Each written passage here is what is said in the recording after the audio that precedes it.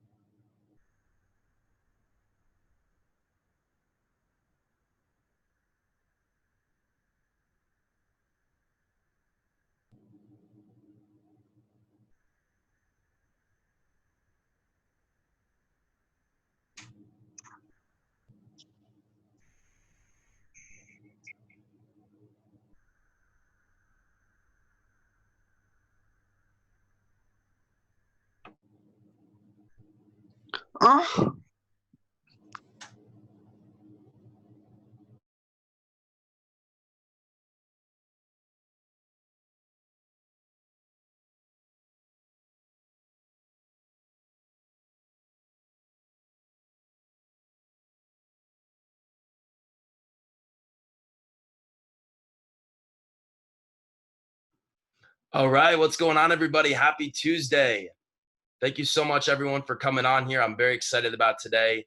We're having the first virtual summit, the Virtual Scaling Summit. Dallas, Patrick, C-Rock, Brad, had a great mastermind call with Brad today. Jason, Raymar, thanks everybody for jumping on here. I appreciate you guys jumping on here. We are in for a treat today. We're going to have some amazing speakers from today, right now, 6 p.m. until about 8 p.m. Eastern time. We're going to have Richie Dolan on here. Richie Dolan's managed and provided leadership and advice to people like Floyd Mayweather, companies like Google and Rolls-Royce and many other amazing companies. We're going to have Brandon Dawson on here, who sold his last business for $151 million. Bobby Castro, who sold his last business for $1 billion. David Metzler, who is a very, very impressive person and has relationships and networks with some of the biggest influencers and business leaders in the entire world and managed over $20 billion in relationship capital. We're going to have Coach Michael Burt, who is America's #1 coach. We're going to be having Ken Jocelyn, who's a great friend of mine. And on top of being a great friend of mine, he is one of the most hardworking people that I know. He's sold hundreds of millions of dollars with real estate. He just had a live call with Grant Cardone earlier today. So I'm really, really excited about everybody being on here. And my goal, just like the past few weeks, is to bring as much value to you and to bring as much winning information and advice as I can during this time. And long story short, I was thinking about this last week. I said, how can we make what we've been doing even better? You know, we've been having people jumping on our mastermind calls with one speaker and one guest. And we've been having hundreds, 150 people jumping on these calls. And I was always thinking about how can we bring that to the next level? How can we 10X that? How can we do it even better? So I just thought of this idea about 2 weeks ago, talking with Ken Johnson actually. And I said, let's try it out. Let's get a few people on here and see how it goes. So each person's going to speak for about 15 minutes. And what I wanted to talk about first is information, because what I've been doing for the past 3.5 years is taking massive amounts of action and putting out so much output and door knocking from city to city all across the country, all across the East Coast. I was taking all of this action and I was doing so many different things, but it wasn't leading to the result that I wanted it to. And at the end of the day, we can take as much action as we'd like.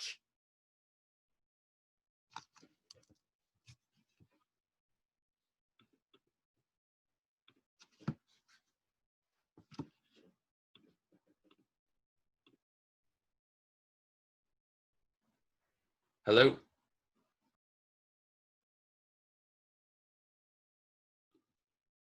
Man, what happened there? Did we break Zoom? Sorry about that, guys. Long story short, I was taking massive amounts of action.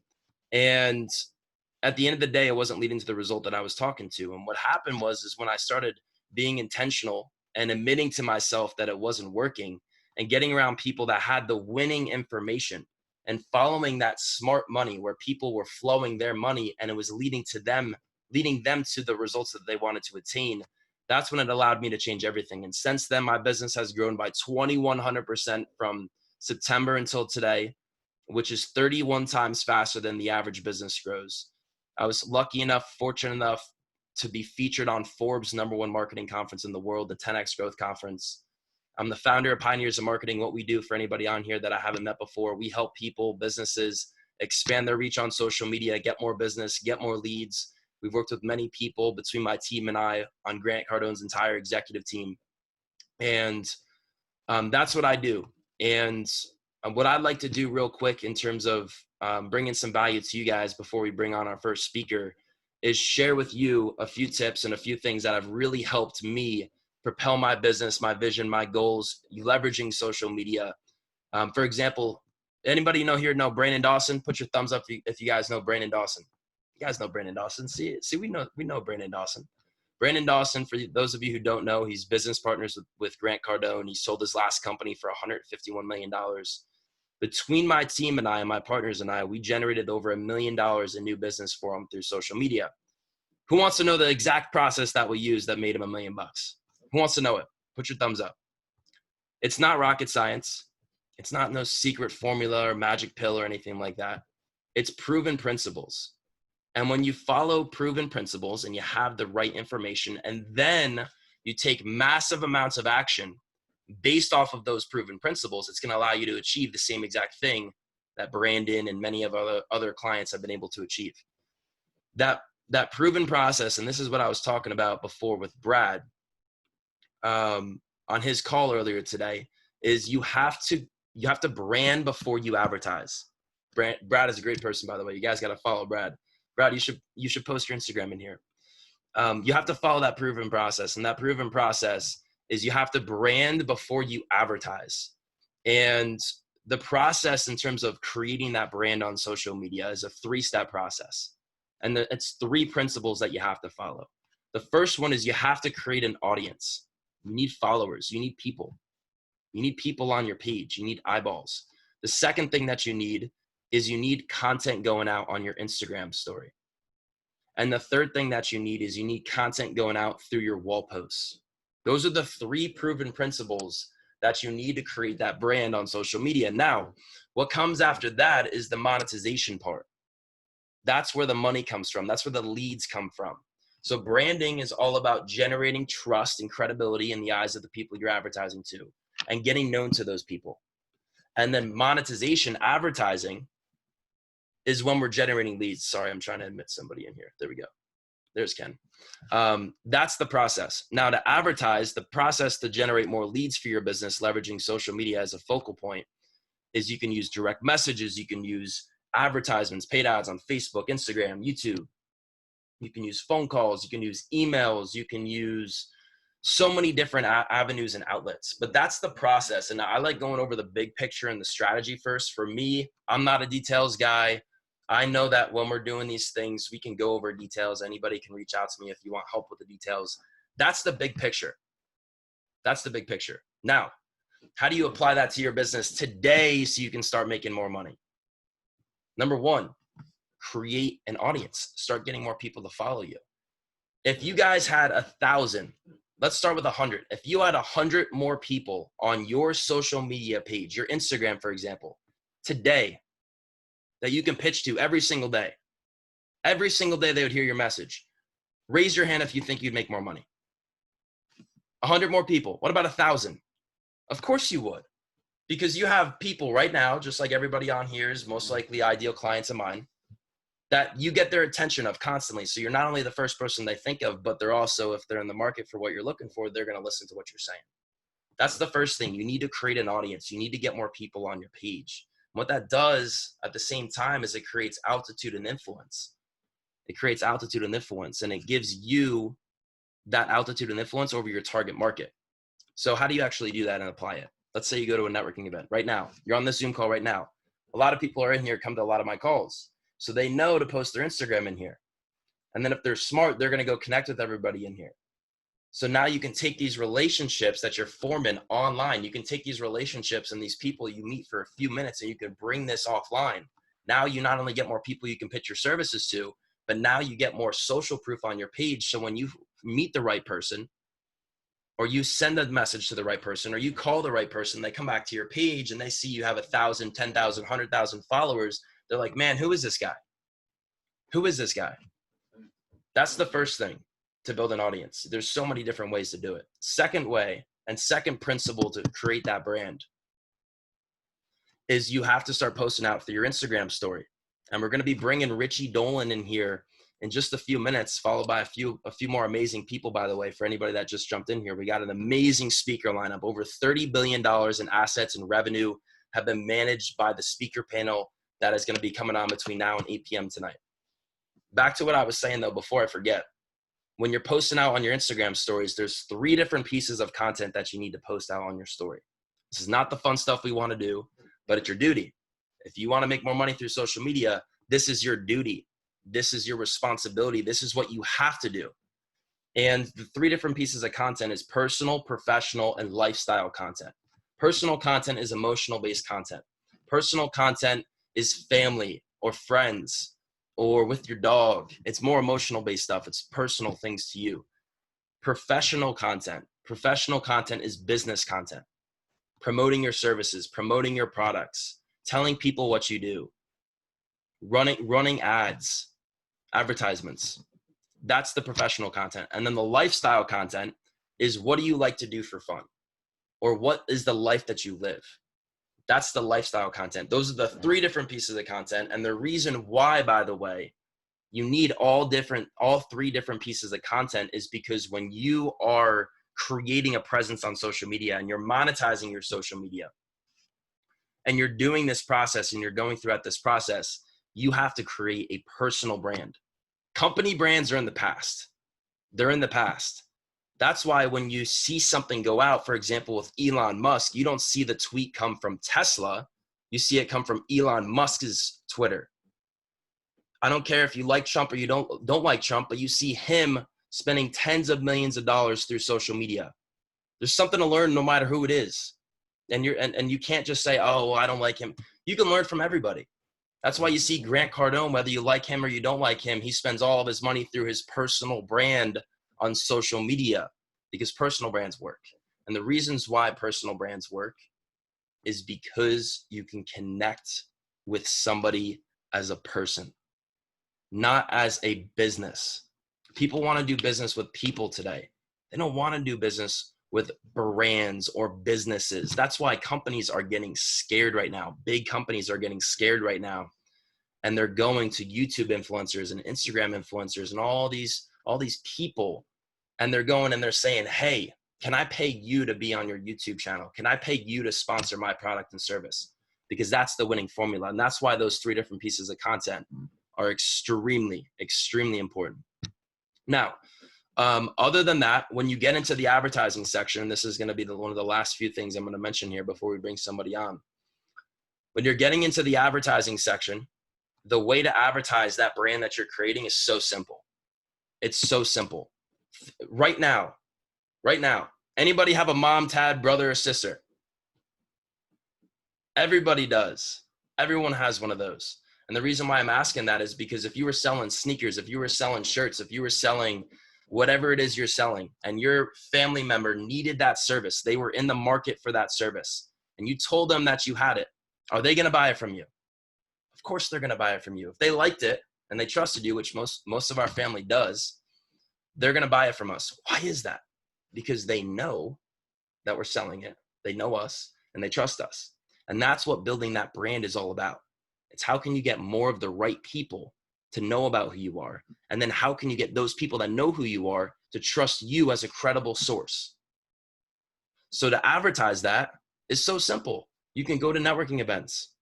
You can send people direct messages like Brad. I was talking to Brad before. Brad and I literally have connected a few times now. I was just on his podcast. All that happened was it was a direct message. And because I position myself as a leader in the space on social media, we've never met each other before. We've never talked before.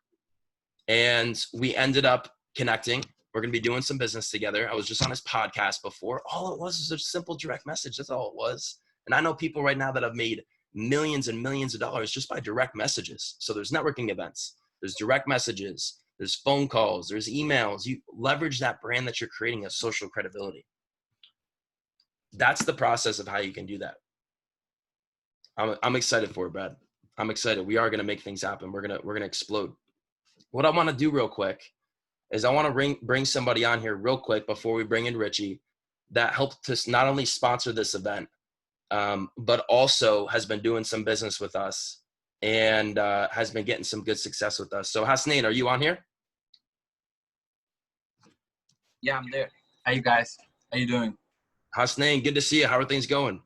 Everything awesome, man. Yeah, you're with us and keep the ball rolling. Everything going great.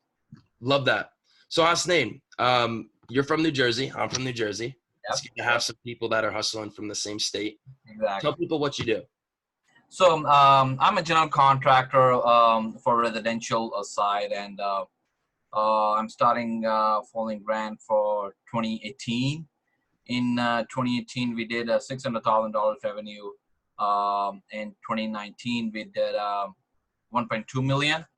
And then in December, I met Brandon on 360. And till now, like in this year, in the first 5 months, we already did 2.7 million.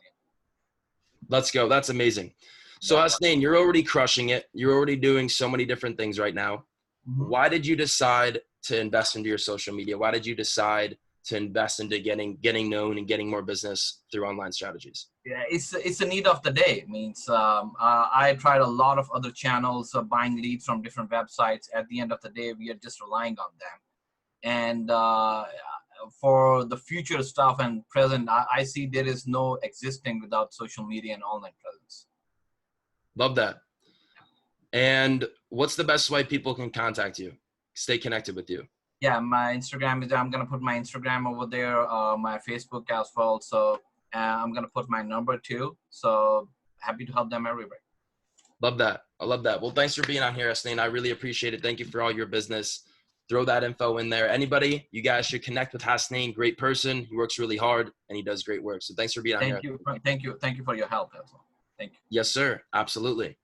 And that's another example of people that are already doing things, regardless if you've been in business for 35 years and you're making $100 million. It's like some of our clients, or you've been in business for a few years, or you're just starting a business. Regardless of that fact, social media can give you the advantage. So before I forget, if anybody would like a free social media evaluation on exactly what it is you can do to blow your business up on social media, get more business, get more leads, get more exposure, figure out how to get known, position yourself as an expert, whatever it is your goals are, you can shoot a text over to my office, 914-1888. That's my number. You could reach out to me. We'll put together a custom evaluation. I will personally do this as well for the first 3 people that sign up and literally share with you exactly what you got to do to make this happen. I've spent well over $120,000, $130,000 in the past year and a half in self-development and improvement in marketing and exposure. I worked for one of the fastest growing gym startups in New Jersey. They got voted by, I think, Fortune 1040 or Fortune 1048 fastest growing gym startup. And I'll share all that knowledge with you free of charge. So 908-914-1888. That's the number to grab your free social media evaluation. Shoot a text to that office. We'll take care of you. Without further ado, I know we have somebody in here who I'm very excited to bring in, Mr. Richie Dolan. Richie, are you in here? Before we bring him in here, I do want to mention one real quick thing, because I did see he just entered into the Zoom. Richie Dolan has been the person that has personally advised companies such as Rolls-Royce, Google, and many other really spectacular organizations on leadership. He's worked with people like Floyd Mayweather. He's shared the stages with some of the biggest names and most well-known names and people in the entire world. Whether you like him or you don't like him, Donald Trump, Barack Obama, and many other amazing people. And one final thing I would say is, in addition to that, he has really helped grow my business and really helped implement a lot of really tactful and implemented those strategies to help grow my business in a really fast rate. So I'm very excited to have him on here, and he's part of the whole 10X community. He's a part of everything Grant Cardone. He has a new role in the Grant Cardone global licensing business. And he's helping people from all around the world achieve their personal, professional, and lifestyle goals using the right information. So without further ado, Mr. Richie Dolan, it's great to have you here. Hey man, I just came off to my phone because my laptop's saying, dude, I ain't got no signal. So I hope this works for as long as it can. Yes, sir. Well, it's doing the job, and you look better than always. So appreciate you being in here. Hey man, I won't argue with you on that point.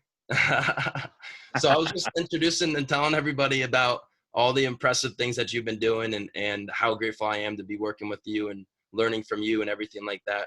What we're talking about today, and what everybody in here is interested in about, is hearing how somebody like you is continuing to expand during this crisis, is continuing to reach their goals with all this uncertainty. So can you just talk for a few minutes about what you're doing to continue to reach towards your goals and help others reach their goals and grow during all this uncertainty? Hey man, first of all, I just want to say thanks so much for setting this up, because anybody that continues to catalyze and locate themselves in a conversation, you got to give yourselves a pat in the back and thank this guy right here, because when you're in a conversation, you're in action. And if you're writing down any notes, I'd start right there, because I think every time we all talk amongst each other and to each other, it's always a coachable moment. But I also know that, to your question, is that you've got to, and I might just turn off my video. Am I delayed on you? No, everything's so good. It's working out okay? All right. Yes, sir. You've got to develop a massive allergic reaction to settling. You just got to be allergic to it. I mean, the moment you feel comfortable, you've settled. The moment things become predictable, you've settled. You know, the moment you know what's going to come after what comes next, you've settled. And so there's nothing about life where you should really, truly step back and think to yourself, things should get a lot easier. Things should become a lot more predictable. Things should become a lot more certain. And I could really forecast with absolute and near certainty what it's going to look like 15 years from now. That's hogwash. That's just pure nonsense.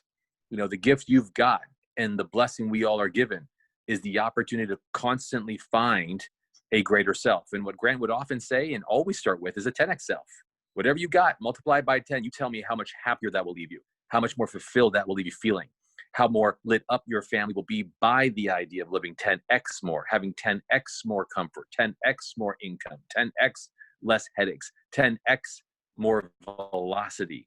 And so the cool part about this time of crisis, and if you're writing down any notes, this would be a point number 2, is this is a time to reset, not to forget. And the whole world pressed reset, not restart, maybe refresh, but reset. So it's not like, the West Coast got it, but we didn't, or the East Coast got it and the West Coast didn't, or the Canadians got it and the Americans escaped it, or the Americans only got it and the Spanish made off like bandits. The whole world did not escape unscathed during the greatest reset of mankind. So we all have a fair shot of doing it all over again. And so that's just point number 2. And point number 3, and then I'll wait for you to ask me yet another question, really be the strongest piece of evidence for anybody coming out of this time of crisis that you've really, in fact, done great things. You've made strong decisions. You took advantage of the shutdown, the global sequestering and relegating to your homes, is its evidence in 3 things. 1 is you've become busier than ever before. 2, you started something you never did prior. And number 3, and most important, is you've got new relationships as a result of the COVID lockdown, the Corona crisis. And that would be a good evidence that you came out of this stronger and better than ever before. Now, if you ain't got that, guess what? We still in lockdown. And you can start right here, right now. Start with Matt, right? Get connected with everybody in this call right now, all 80 plus of you. Get connected and make a decision to do something that you've never done during times like this. Matt, over to you. Love that, Richie. So talk about that. You said this is a great time to reset. What would you tangibly, tactfully tell somebody today in terms of how they can have that reset? Well, you've got to first ask yourself that when I get back to life unusual, when I get back to business unusual, what characteristic, what way of being or regular activity that I can really do without must I let go of? Must I stop enabling, that I should cut loose and truly bury and leave behind? It's kind of like a spring cleaning. Y'all gonna get back to work, you all get back to school, you all get back to some life of some sort of usual. But what behavior, what set of actions, or what habits have you built leading up to the crisis that didn't serve you? It didn't empower you. It didn't light you up, set you on fire. And I mean, at the end of the day, it's going to be about really understand that whatever you choose to drag through this crisis and into the new norm is all a choice. It's all a choice. And if it's by default, that's a choice too. So you just ask yourself, what will I bring forward and what should I let go and leave behind? That's awesome, Richie. Now with you have the experience where you've been working. Can you still hear me okay? Yeah? Okay. I can. Perfect. So you have the experience where you've been working with some of the most well-known people, not in my little country town, not in the state of New Jersey, not in the United States, but in the entire world. So when you're working with people like that and you're continuing to expand what you're doing, how do you talk about that? How do you do that? How do you just dive into something like that, not doing something like that before? I mean, if you're writing down notes, this will be the 4th word I've just taught y'all, and that's acclimatize. If you want to, in fact, shift your attitude, you've got to shift your altitude. You've got to acclimatize at the level that those folks are playing the game. And that's why Grant, when he talks about how proximity is power, he's right. When he talks about how your net worth equals your net worth, he's right. So you really, truly can become the company you keep. So what kind of company y'all keeping? What kind of company you keeping? So I think that truly, for me personally, as much as I appreciate the way you introduced me, and I'm super grateful for the past I've got in the portfolio that I continue to advise of incredible brands, starting with the one and only Grant Cardone, is I've become a byproduct of the company I've kept. And that's why I chose to work with Grant Cardone. What better time than to say, you know what? Okay, well, I did it. I worked for that president for 7 years, and I've worked with that president who exited office for 3, and I'm touring with this woman who's got the greatest daytime talk show in the history of mankind.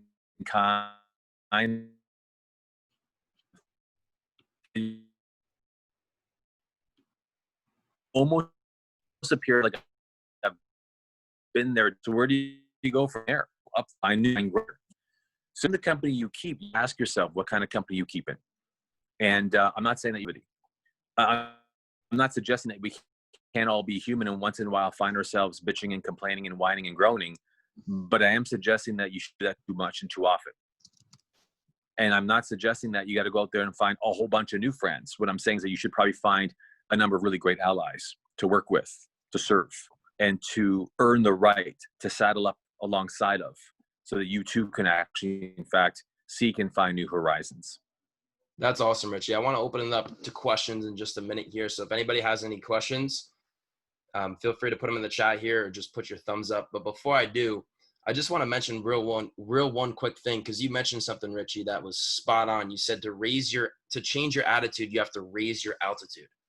And for me, that has been one of the biggest things that I've learned being around you and Brandon and Grant and Jared, because for me, when you can have altitude, and I think you would agree with this, and this is something that I think you were alluding to and mentioning, which is so amazing, is when you can raise the altitude that you have over others in interactions or in talking to people, they're going to look at you as a more credible source.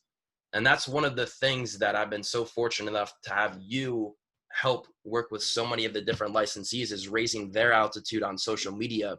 Because now when they're talking to people or they're working with people or they're going after their target market, they now have more altitude, just like you did when you were going to work with people like Floyd Mayweather. It allows them to take them more seriously. So thank you for being here. Thank you for saying all of that. Who has a question? Thumbs up if you have a question.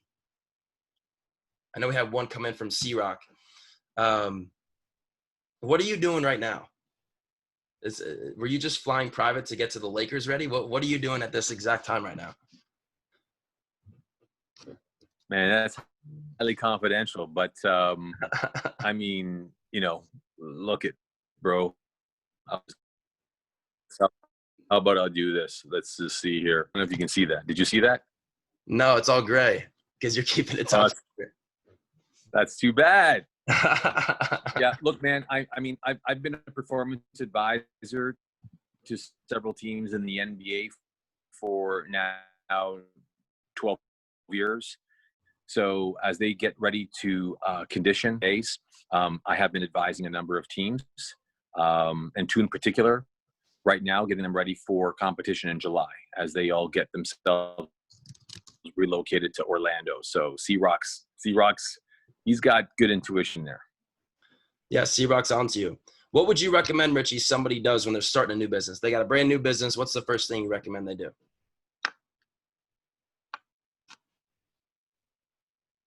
You guys hear me? Did we lose Richie? I think they got him. Wherever Richie is, they got him. Richie, you there? You guys can still hear me. Thumbs up if you guys can still hear me. Okay, cool. All right, we're good here. We'll give Richie a second to see if he recovers from this. We do have another really amazing speaker coming on in just a few minutes, and really, really excited to hear from him. Richie, can you still hear us?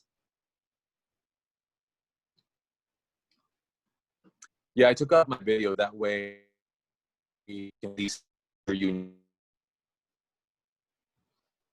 Okay. Yeah, we can hear you. Can you hear us?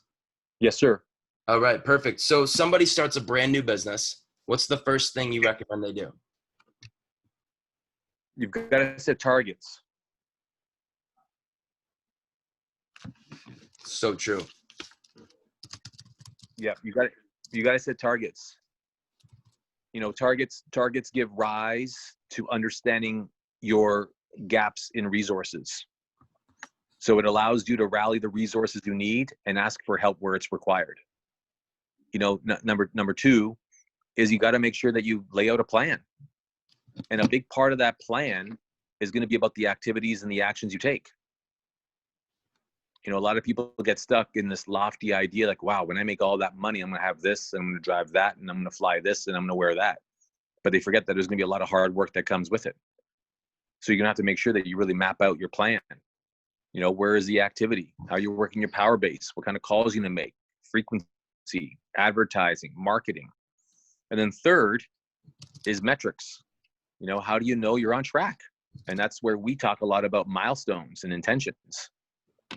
Like, you ain't going to bang it out of the park first day at the job, first day you've run your business. And you've got to give yourself the permission and the humanity to know that it's going to be a work in progress. Most businesses take anywhere from 2 to 3 years to really make a dollar. So give that some room. Now, just if you're thinking 10X though, give yourself a lot less than that. I mean, if you got to just focus on getting dollar number one, right? Dollar number one, make a buck. Go out there today and say, hey, listen, if I gave you really great advice on something that would actually better your life, would you pay me $1 to tell you? And so all of a sudden what you've done is you've gained the respect and permission to charge $1 for your advice. And the moment you can prove that you can actually charge for your advice for $1 and 100 and on. Very true. But you just got to start with one. Well, thank you so much for being on here, Richie. I put your Instagram in here. Is that the best way you'd want people to connect with you after this? How do you want people to stay connected with you afterwards? Because one of the things that I've learned is you can go on and hear somebody say something that will impact you, but it's really, and this is what I learned from some more courses, it's really what they do after you hear them on the stage that can help change somebody's life. So what's the best way for people to stay connected with you? Hey man, I'm grateful. Instagram's a great way, but I mean, look, if you're staying in touch with me, it's likely because you're a part of the Grant Cardone family, the 10X movement, and that's what I welcome. If you want to learn more about what it is that we do, then by all means contact Matt. Matt knows it really well. He knows what my ecosystem is. He knows what we're up to. But more importantly, this has been about a conversation, not about a connection.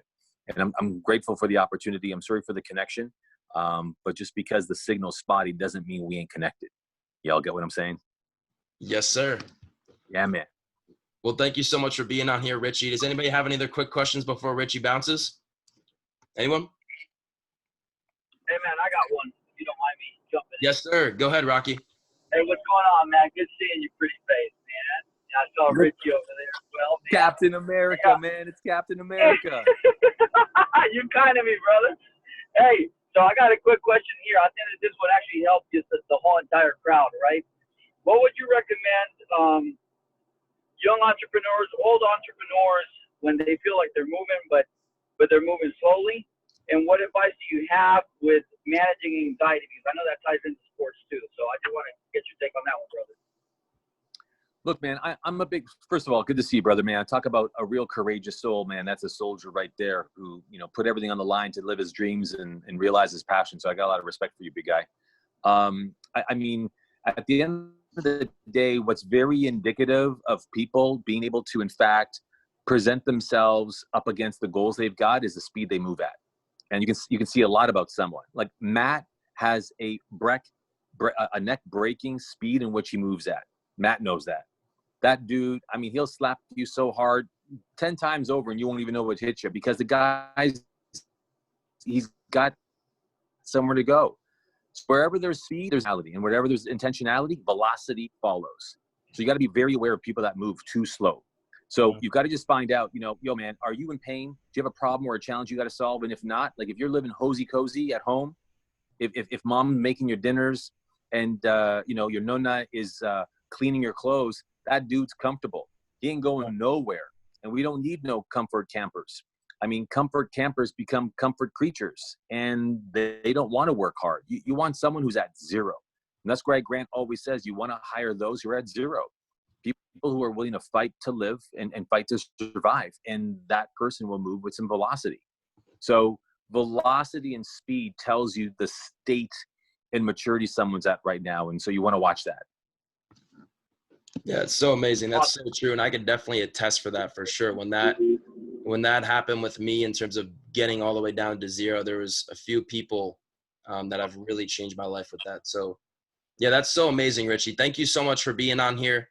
Thank you I for appreciate you. continuing to make things happen and being a mentor to me and help guide me through this. So thank you so much for being on here, Richie. And I have a good, question. real good. Hey, listen. Let's go, man. Yeah, go Hi. ahead.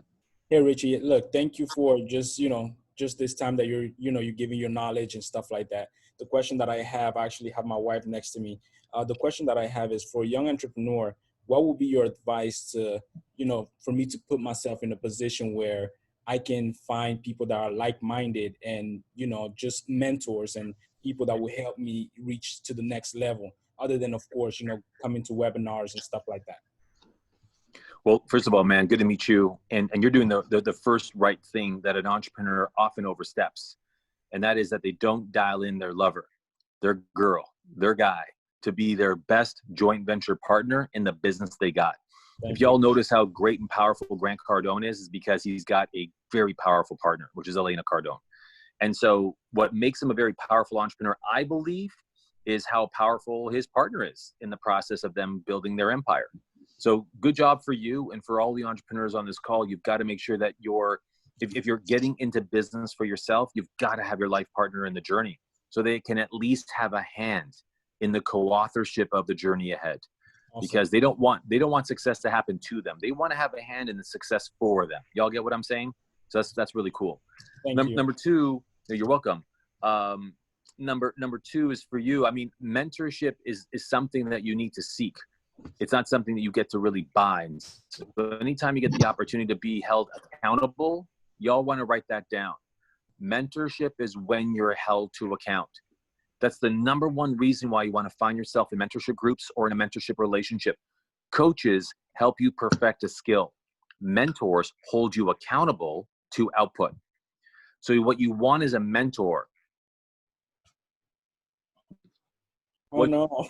did you do this week? You guys hear him? Money's in the bank. I'm sorry, Richard. I couldn't hear you. I think I lost a very. Oh no, that was a good one. That's okay. I'll say it again. I'm gonna say it one more time. Yes, please. So I just took my video off one more time because I know that the signal where I am is just absolutely horrible. So I'll say it one more time. Is that a coach helps you perfect a skill set, but a mentor holds you accountable to outcomes.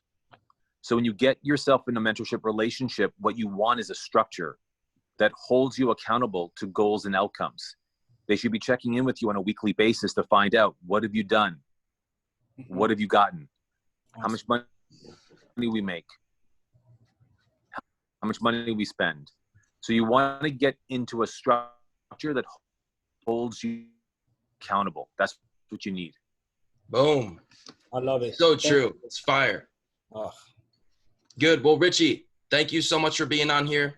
I'm sure I'll see you tomorrow or Thursday or something like that. Keep crushing Let's it. go. Thank you for everything Let's that you're go, doing. man. Who's happy that Richie Appreciate came you, man. here? Let's go. Everyone's happy you're here. Thanks, Richie. All right, next person we're going to be bringing on is Coach Michael Burt. He is America's #1 coach. He is America's coach. He is one of the most inspiring people that I've met before. His story is amazing. And I mean, I'm going to let you tell more about him, to be honest with you, because it's going to sound even better with him saying it. So without further ado, Coach Michael Burt, can you hear me okay? I can hear you fine. You guys hear me good? All right, nice. Sure. It's First great thing to I see you. I appreciate you jumping in here. Yeah, and I like the Q&A. So if you want to think of some questions, Matthew, from the group, I'd be happy to do that. One of the things I want to say is I get to come across a lot of people, coaching people all over the world. And Matt Buchanan has been one of the most impressive, I would say, well-coached young men that I've seen in a long time. And I can recognize when a person has been two things. One, well-mentored and well-coached. And two, is a great learner and listener. And he's taken the coaching and doing something with it. And so, Matt, I'm proud of you, big guy, for really practicing what you're learning, because Thank you. Thing. I can't tell you how many people want to coach in their life and then they don't go and do what the coach tells them to do. Well, I really appreciate that. But in all seriousness, Brandon, you can see him on here. Brandon Dawson is that person and as that coach and has been that person for me. So I wish I could take credit for it, but it's seriously not me. But I love what you're saying. Yeah, well, I've watched Brandon for a while. He doesn't know me personally, but obviously I spoke at 10X2 at Mandalay Bay with Grant and have known Grant since 2012. Actually, I was at the very first original 10X in Riviera Maya, Mexico, when there were 75 people there. It was a great time and great experience, and I've been a big fan of Brandon Dawson. So you've been well coached. I'm upset because I just have a little baby starter jet, Brandon, and one of these days I'll get up to your level, big guy. All right. Matt, do you want to ask questions, or do you want me to do some coaching, or what would you like for me to do? What I'd love to do is, because I really appreciate you being on here, is I'd love for you to talk a little bit about how you're continuing to expand and grow even during this crisis and during all this uncertainty. And if you could just talk a little bit about that and how you'd recommend people, follow what you're doing and continue to grow themselves during this crisis. Yeah, and some of you may know this, or you may not. I was a women's basketball coach for a decade of my life, and built a national championship program. And I did it in a very unorthodox way, as I was a deep disciple of Stephen Covey. And I learned from 18 to 25, I studied one person. And what I really learned during that period was the whole person theory, how to tap into the body, the mind, the heart, and the spirit of a person. And when you break this down from a coaching perspective, what I look for when I'm coaching a person is what I call missing structures. And a missing structure is a void. And people are typically deficient in one of four areas. They lack knowledge, they lack skill, they lack desire, or they lack confidence.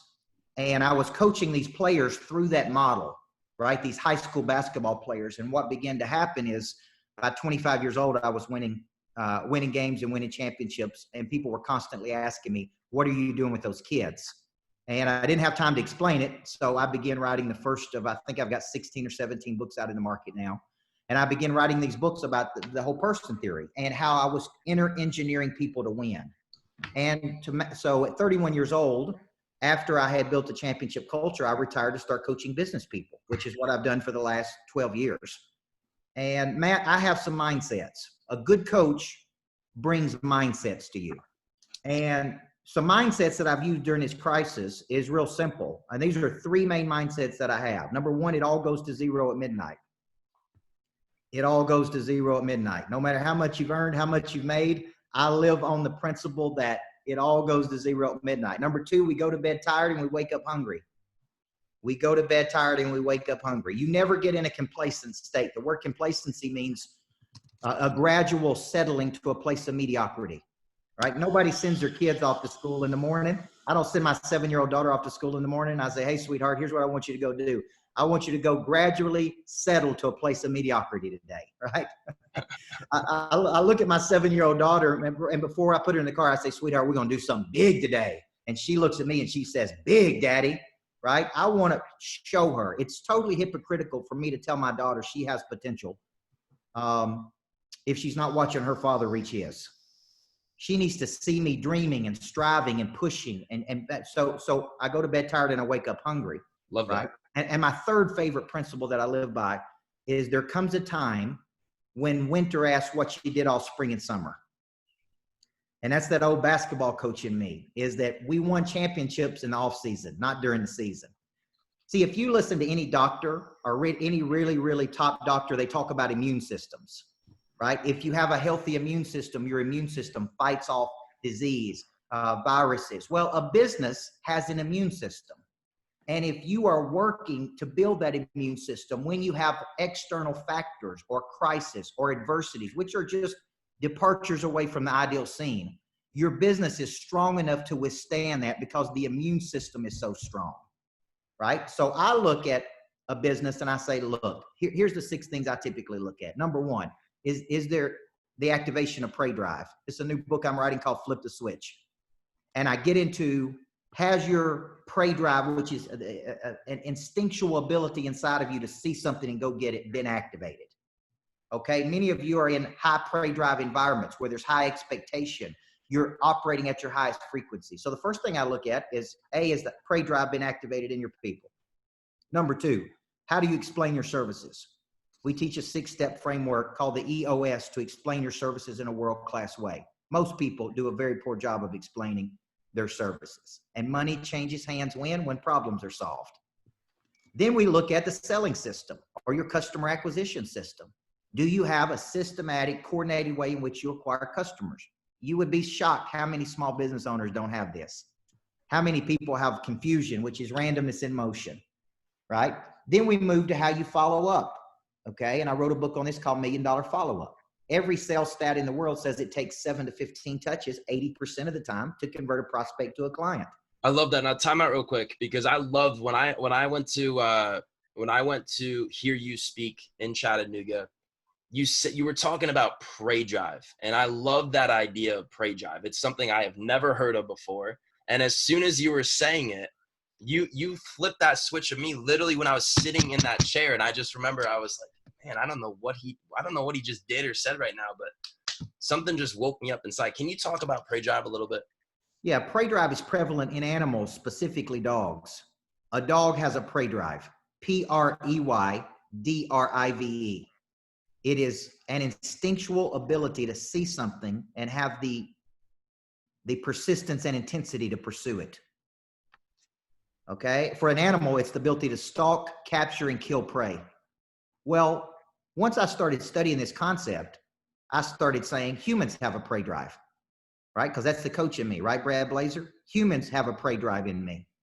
And my job as a coach is to activate that drive in people. Okay, and I have over 28 years of coaching people realize that there's 5 activators of Pray Drive.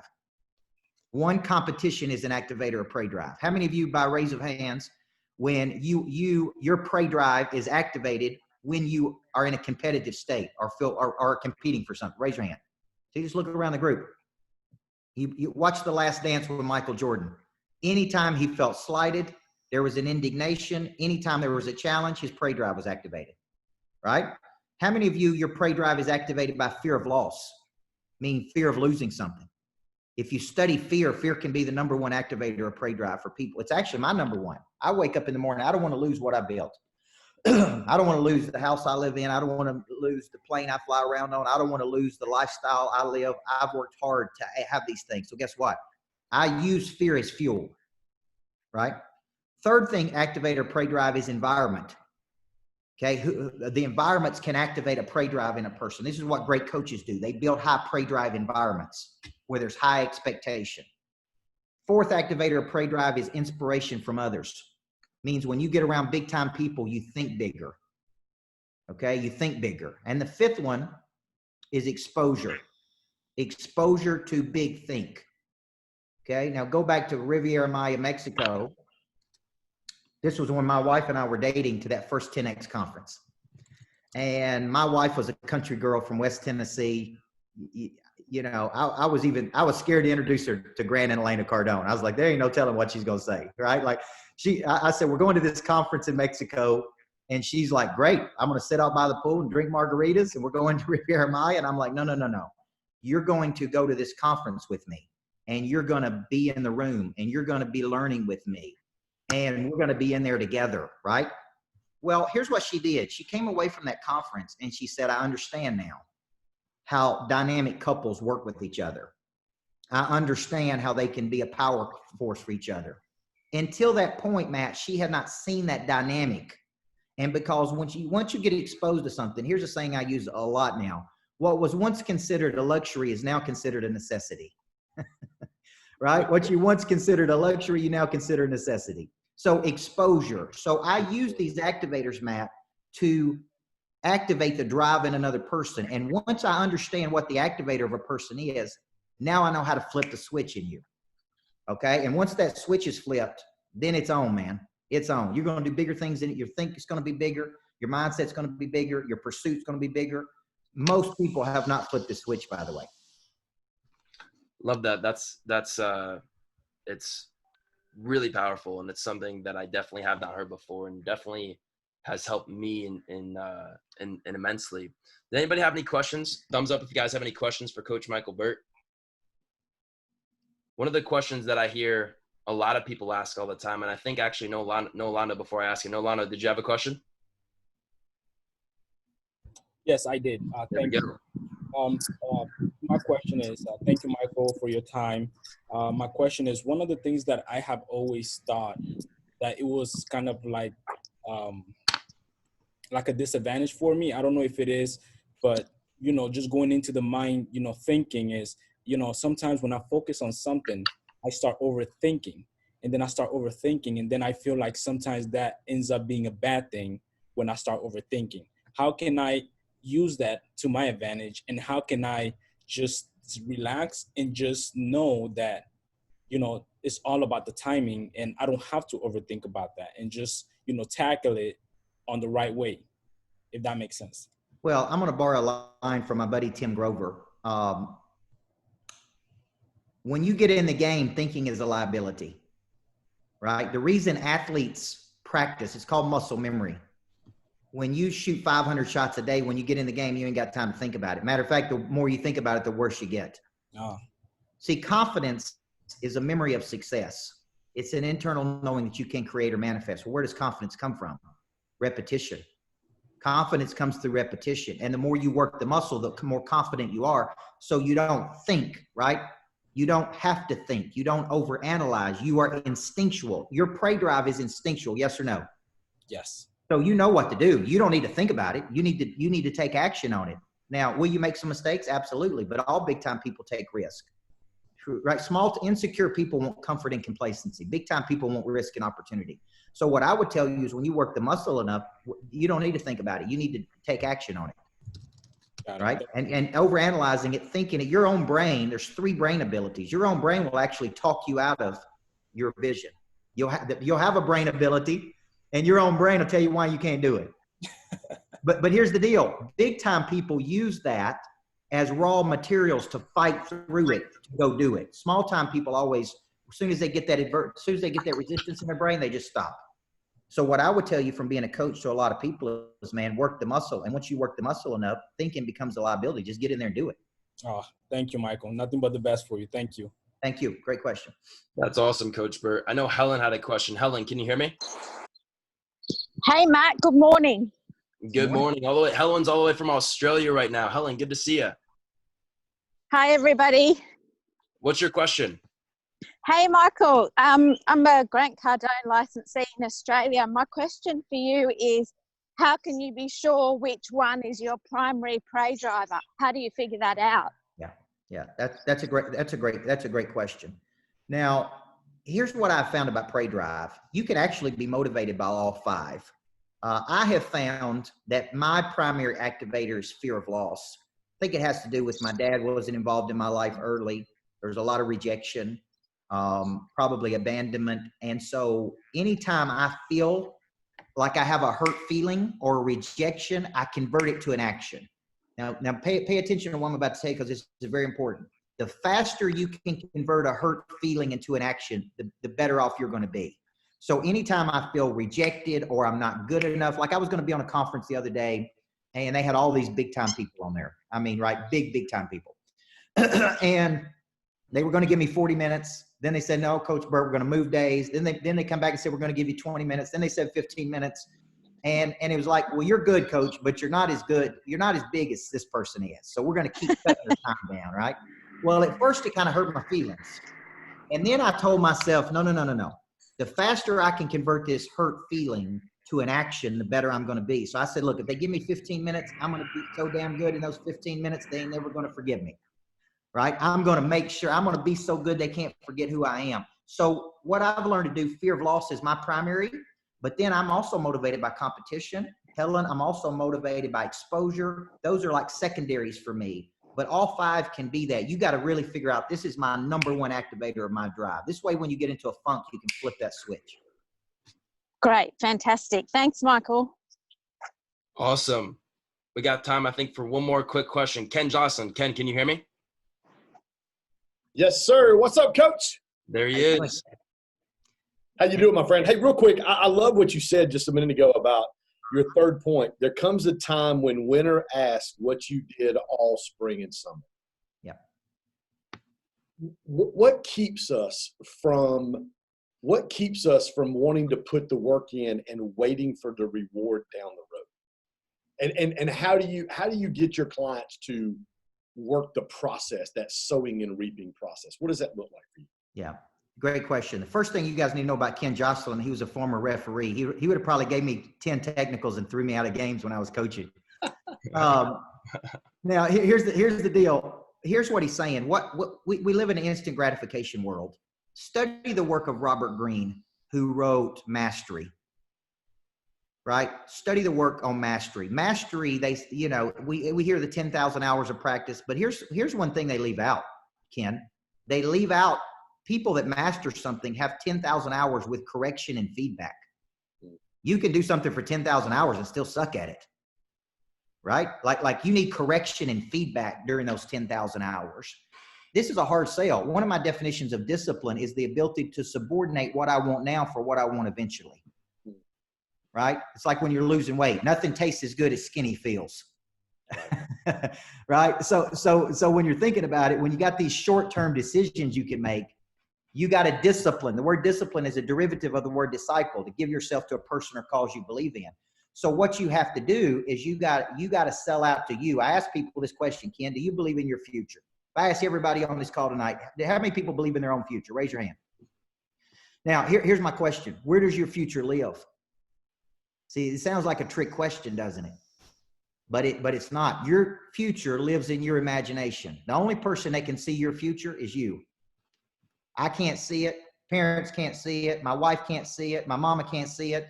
So let me ask you a question, Ken. Will you become a disciple to your own future?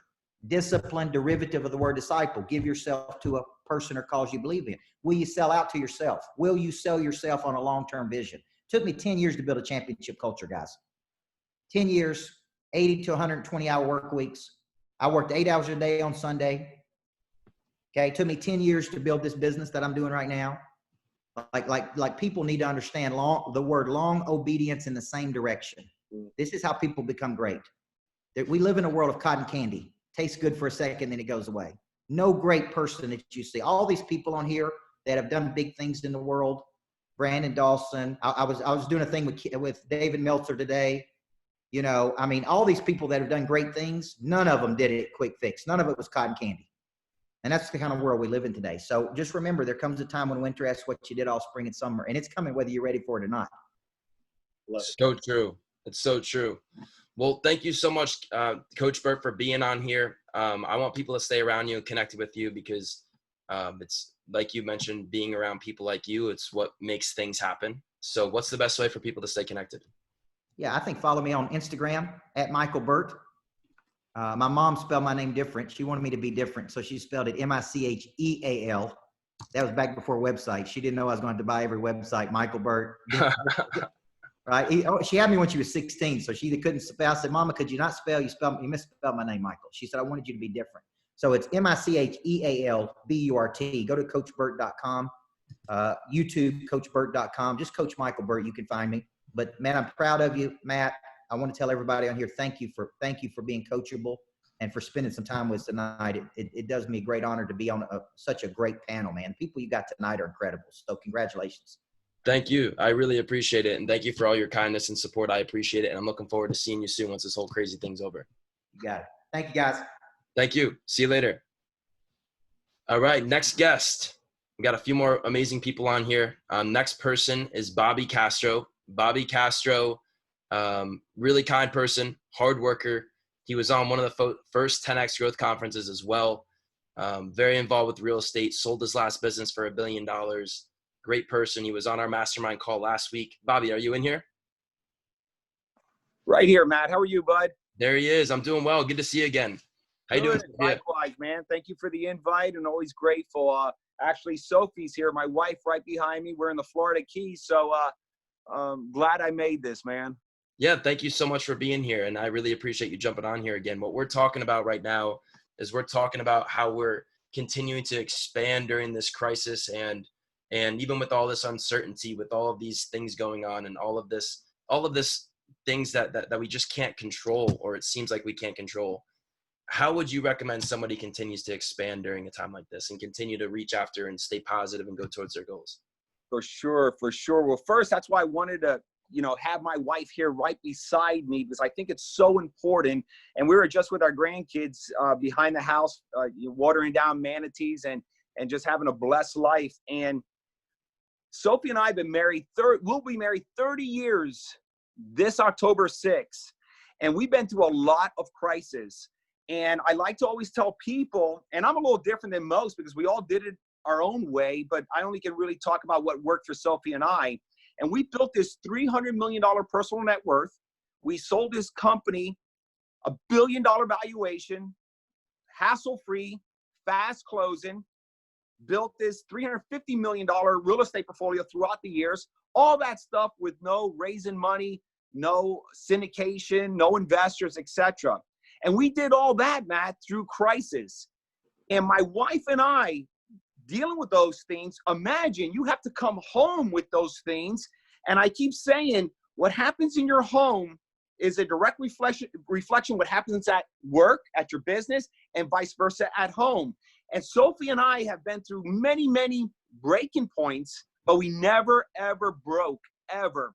And I always give an example, the airport mode. Even when the economy was steaming and everyone was rocking and rolling, but for some reason, when we go to airports, we turn it on, man. We become high alert. We become viciously competitive. We are just in the fight mode, the win mode. But then when we're out of the airport, we go to the slow mode, the regular mode. And imagine, and I got used to being in crisis all my life, a struggle. And me and Sophie always feel like we're in crisis because crisis forces you to change. The magic is not waiting for a crisis to happen in order to massively change. What Sophie and I are doing in this crisis, we are already talking about strategies. We are talking about how we are going to change because of this crisis for the better, how we're going to take advantage of opportunities, how our businesses are going to completely change, how our customers are going to be different, how our employees are going to behave different, how the industry is going to change. And we are just so in tune of that. And not because of this crisis, we just became aware of it. We're constantly on it. And anybody who's in business, you want to be an entrepreneur, you inspired to just be in a better spot in life versus where you're at today. Be assured and rest assured, you have to tide, and I know a lot of people disagree. I'm just saying what happened to me and my beautiful wife. What goes at you got to bring this unity from home to your business. It has to unite. The core values have to match up. Hey, Bobby and Sophie, man, we are in really danger zone. Man, we have thousands and thousands of multifamily tenants that could be employed. Millions are employed. 40 million people unemployed. Our businesses are very vulnerable. We are talking about this together at home, planning, loving one another, communicating heavily. So when we go to business, we are fighting, we are attacking together. And when we're coming home, we do understand how to divide business from relationships, but we unite everything in one. A lot of people can't do that. They go home and they may struggle, like not telling their spouse what the true essence of the struggle is, the reality of the financial situation because of this crisis. And imagine not being able to communicate that. I'm telling everyone, man, give it a try, bend to it, because you're going to have to change. Do not go out of this crisis, even if your business is still jamming and rocking and rolling. Please don't fall victim to go to the same routine, the same way you marketed, the same way you sold it, the same way you just dealt with your business, because you will stay stuck at a stage where you're at. I love crisis. It's massive, urgent action, quick decisions, but only the decisions become quicker when you're very prepared for it. So when preparation meets opportunities, it's an old saying, it's been around for years, magic happens, man. And that's what happens to us every single day, magic. I love that, Bobby. And every single time you get on the call with me, your energy literally just feel through the screen. And then I leave my room and everybody's like, why are you such a different person than you were now? Because your energy is contagious. So I just wanted to say that real quick. And a lot of people, Matt, say, Bobby, don't you ever slow down? Doesn't the battery ever shut off? It never shuts off, because when you continue to get rewarded in life in massive ways, you want more of it. And this is the way I fight. This is the way I attack. This is the way I communicate. I have no motives, only good intentions. And let me tell you, it's worked for Sophie and I. I can't really talk about anybody else. Each of us have our own little magic. And that's what's great about events like yourself, what you put on, Matt. You bring a lot of different unique individuals that it worked for this one, this way, worked that one. We don't know it all by far. We're still trying to figure it out. And the way we're going to figure it out is always continue to change. That's amazing.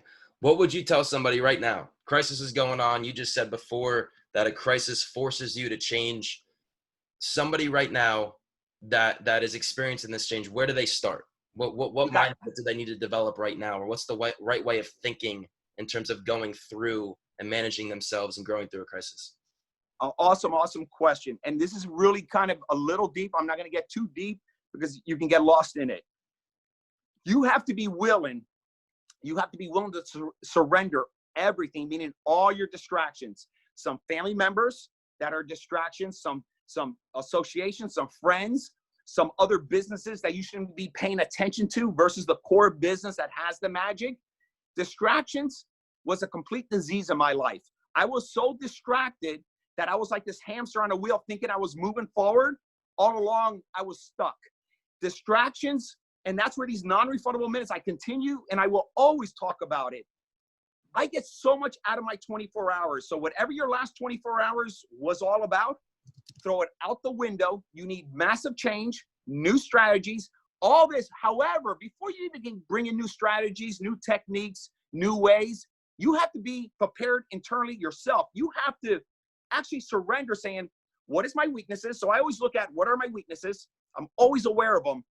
Believe it or not, Matt, and everyone that's listening, I don't put fuel to them. I don't try to repair them because it'll take me a lifetime. I fuel my strengths and I look for others. I look for scale, others that can go ahead and benefit me. They have their strengths that are my weaknesses. They have weaknesses that are my strengths. When you match this up and you have to team up, and scaling is just getting surrounded by other people that know more than you, man, more than you. But you have to surrender personally. You're never going to get there unless you really hit rock bottom internally until you're ready. And I keep going back to entrepreneurs, man. You have the best product, the best service. You can have everything the best, but if you're not personally prepared, you're not going to succeed. So true. It's so true. Mark Jean, did you have a question? Can you hear me? Yes. Thank you, Matt. Hey, Mark, thanks for being on here. Oh, my pleasure. Bobby, I had a question. What ways would you suggest engaging your wife or spouse and getting them on the same page so that they are going in the same direction as you and not staying to the same routines that they've been engaged in before the crisis? I love it. Brad. Thank you for that question. Sophie and I, again, we married 30 years this October. There's been a few times we almost didn't make it. Very tough times.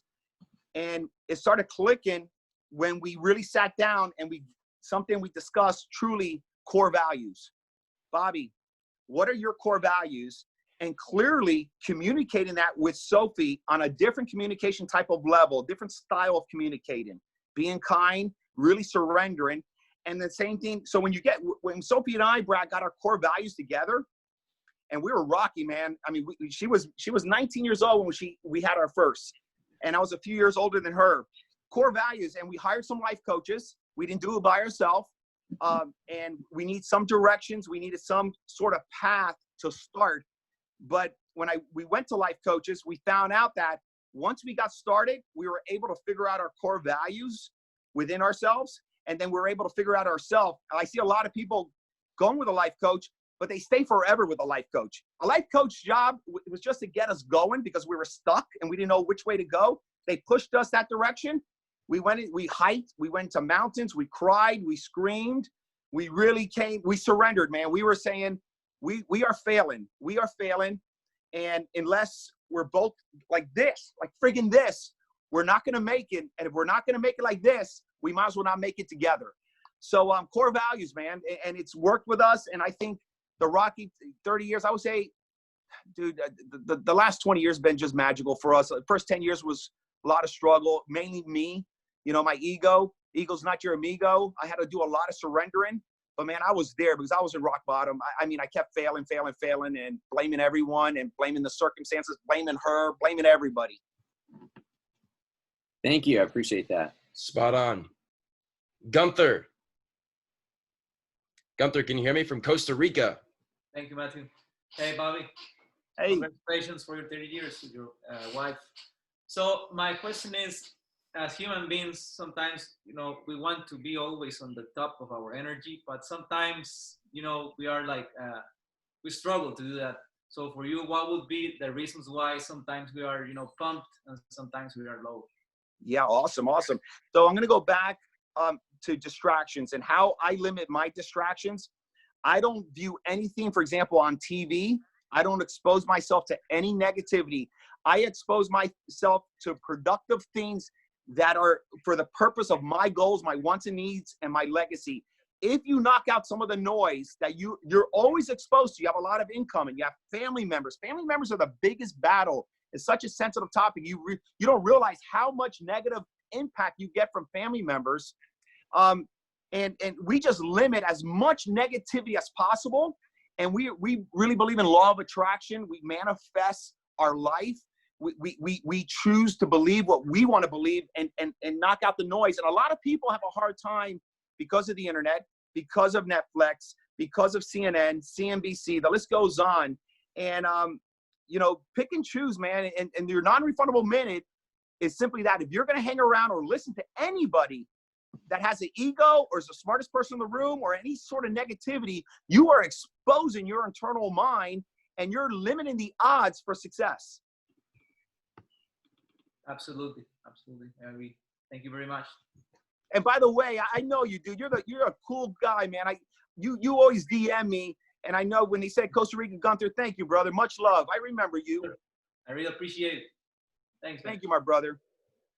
Awesome. Well, Bobby, thank you so much again for taking more of your time here. I know you have a ton of things going on. You're down in the Florida Keys. And, hey, Matt, I got a quick question. If you mind me still in a minute from Rocky, got a question? Yeah, go ahead real quick, brother. Real quick. Yeah. Hey, so I want to say hello to my Costa Rican brother, man. Otro tico aquí pura vida. Hey, Bobby, I got a quick question for you, man. It's more or less, this has been a fabulous year for me so far. I've got my wife on point with me with some things, but I know that you're there with your wife. What suggestions do you have for couples? And I heard that, getting the morale together and all that stuff. But I'm very alpha-like, very opinionated. I understand what you said. The ego is not your amigo. I can agree with that 150%. But how do you guys find a way to cope with each other when you guys are driving forward? Yeah, great question. And I'll let Sophie touch on it a little bit as well. I'm the same personality as you, kind of alpha. Hello, how are you? And what all I needed to do, and I go back to people skills, I had to soften up my approach with my relationship with my life partner. And there's if you take a DISC assessment on Google, you could do it for free. We found out many years ago how both of us are wired. I know how she's wired and how do I communicate with her. She knows my assessment, my profile, how to communicate with me. And it works magically when you understand your partner. And it's called DISC, D-I-S-C assessment. Take it online. It's such a cool practice to do together. But personally, I became softer. Sophie, you have anything on that? Yes. So he's very alpha himself. And we learned that we have to keep each other's lanes. So he's very strong where I'm weak, and I'm strong where he's weak.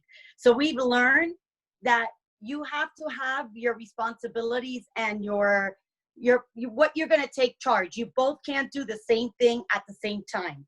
So whatever she's responsible for, she needs to be responsible for, and you can't get in her lane. And the opposite, the same with him. And whatever you're responsible for, you can't get in his lane. So at the end of the day, the goal should be your focus, where you want to end up, because both of you have the ultimate same goals.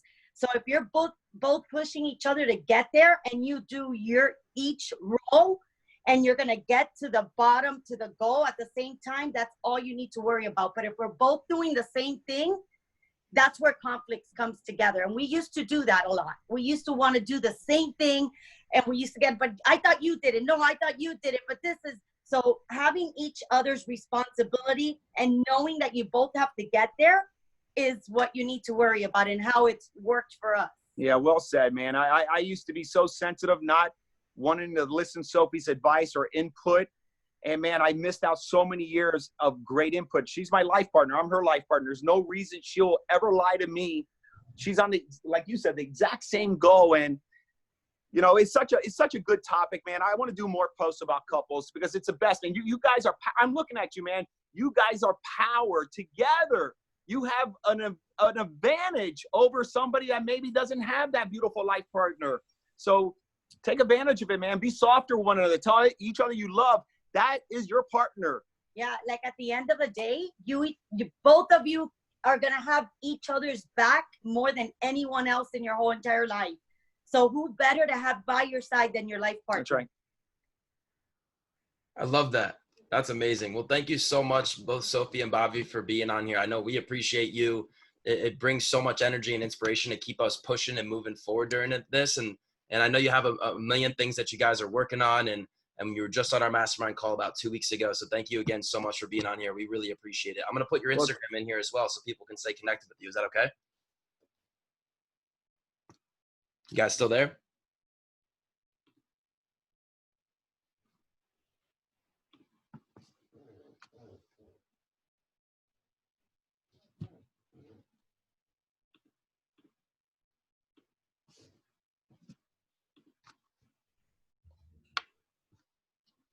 Can you guys hear me? Hello? Good. Loud and clear. All right. This next person that I'm going to be bringing on is without a doubt the person that has been the brains behind allowing me to scale my business by over 2,100%, 2,200% now in the last 8 months, going from about $6,000 a month to this month, over $140,000 in revenue. Very, very impressive. The smartest person I've ever met before with business. He's literally, not only did he just sell his last business for $151 million, but you have to hear what he did with the employees and the team members on his team and how they all benefited together. And he also ran the New York Stock Exchange. He was 29 years old and he ran that. It's so inspiring. So Mr. Brandon Dawson, thank you so much for being on here. Hey, Matt, glad to be here. You've got a great lineup here. Thank you. And what we're talking about, like you've been on here for a few minutes, we're talking about expansion during crisis. And I know you have a show tonight. Your show tonight's at 8 p.m., right? 8 p.m. Eastern? That's correct. In 40 minutes, 50. Yeah. It's amazing. So can you just talk for a few minutes on how you are continuing to expand and grow and scale your business and your ideas during a time like this? Sure. And what we're going to be talking about tonight, I think for those that are interested, we're going to be talking about the marketing section of the new book I just put out, The Emergency Business Response, what to do in a time of crisis or emergency in the business and how to respond. That book is available at cardoneventures.com/emergency. You can download it immediately. And so we're going to be talking about a section of that tonight, which is the marketing section, what to do when there is an emergency or crisis with your marketing and how to point your team into success. You know, Coach Bert and Bobby, they're just right on point. The one thing that struck me with Coach is, when you talk about a crisis or you're talking about an emergency, it's going to boil down to instincts. And so when he talks about 10 years of coaching into his winning streak, it doesn't happen overnight. And it's like, it's learning through trial and error. And what Bobby talked about, those break points and navigating those break points. And you guys, of course, hear me talk about break points. When you have a lot of experience, because I've built the last 25 years building all my businesses, running everybody else's businesses. So I have to understand not only contextually what's going on, but those businesses like Bobby talked about, even in the best of times, almost always are in crisis or emergency, because that's why they called me. They don't come to me when everything's perfect and flawless and working so easy. They come to me when all of a sudden they slam into the wall or they encounter a break point, and it creates an enormous amount of fear through the system. And most of those emergencies, most of those crises are self-induced. And so it's just really good to hear Coach talk about the consistent, competitive process over and over and over, because what that does in business, just like in sports, is it creates that entrepreneur intuition. And when you don't have that entrepreneur intuition because you're starting everything from scratch, then when you encounter stress or resistance or friction, you tend to you tend to either back off of it or lean into it. And if you lean into it technically incorrect, you do exactly what coach talks about. You can practice something for 10 years and still suck at it. And that's what a lot of business owners just keep practicing, and they keep sucking, unfortunately. And what it's doing really is it's sucking the life out of them. It's sucking the life out of their family. Bobby and his wife were just talking, Natalie and I have a program called the Power of Partnership. I commend Bobby and Sophia, because I know what it's like to build a business and be able to survive kids and relationships. I wasn't so prepared. The different iterations of growth I went through, I'm now on my third relationship over 35 years because the first two partners weren't the right partners. They weren't aligned. They wouldn't share core values. I couldn't do what they wanted me to do, and we were completely and entirely out of alignment. So the more you can get into alignment with the people that you're working with, and it goes to what you talked about with my business. When we sold the business, my customers were my business partners. I didn't raise any capital in the last business because I didn't like the fact that the first business, the guys that I raised the money with, dictated when I had to sell the business. I didn't want that in my life. I wanted to have the ideal scene. Coach talked about the ideal scene, and people ask, how do you make decisions in the present moment when you're under stress or crisis or an emergency? And I would contend that most people haven't formulated their ideal scene. So they're constantly making decisions, pulling themselves away from what they really want because they're not, A, they haven't identified it, and B, they're not truly committed to it.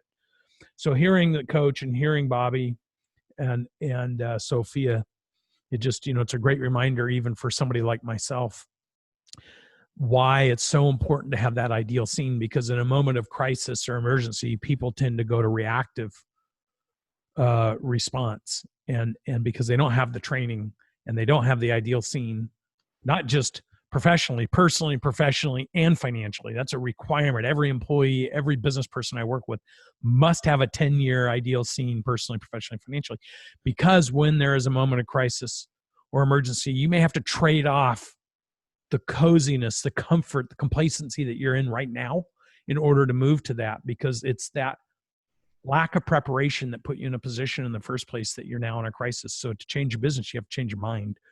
To change your mind, you have to come out of your comfort zone. And it was a pleasure hearing both those guys talk about that. I love that, Brandon. And you have been the single person that has allowed me to change my mind and my thinking. And what you just said before, to change your business, you have to change your mind. Can you talk about a little bit about changing your thinking and how that elevates belief, and how belief is a part of what is actually holding you back? Can you just talk about that a little bit? Yeah, absolutely. I loved listening to Coach, because one of the most impactful people in my life was my football coach, junior high and high school, because I was afraid my 7th and 8th grade to get hit.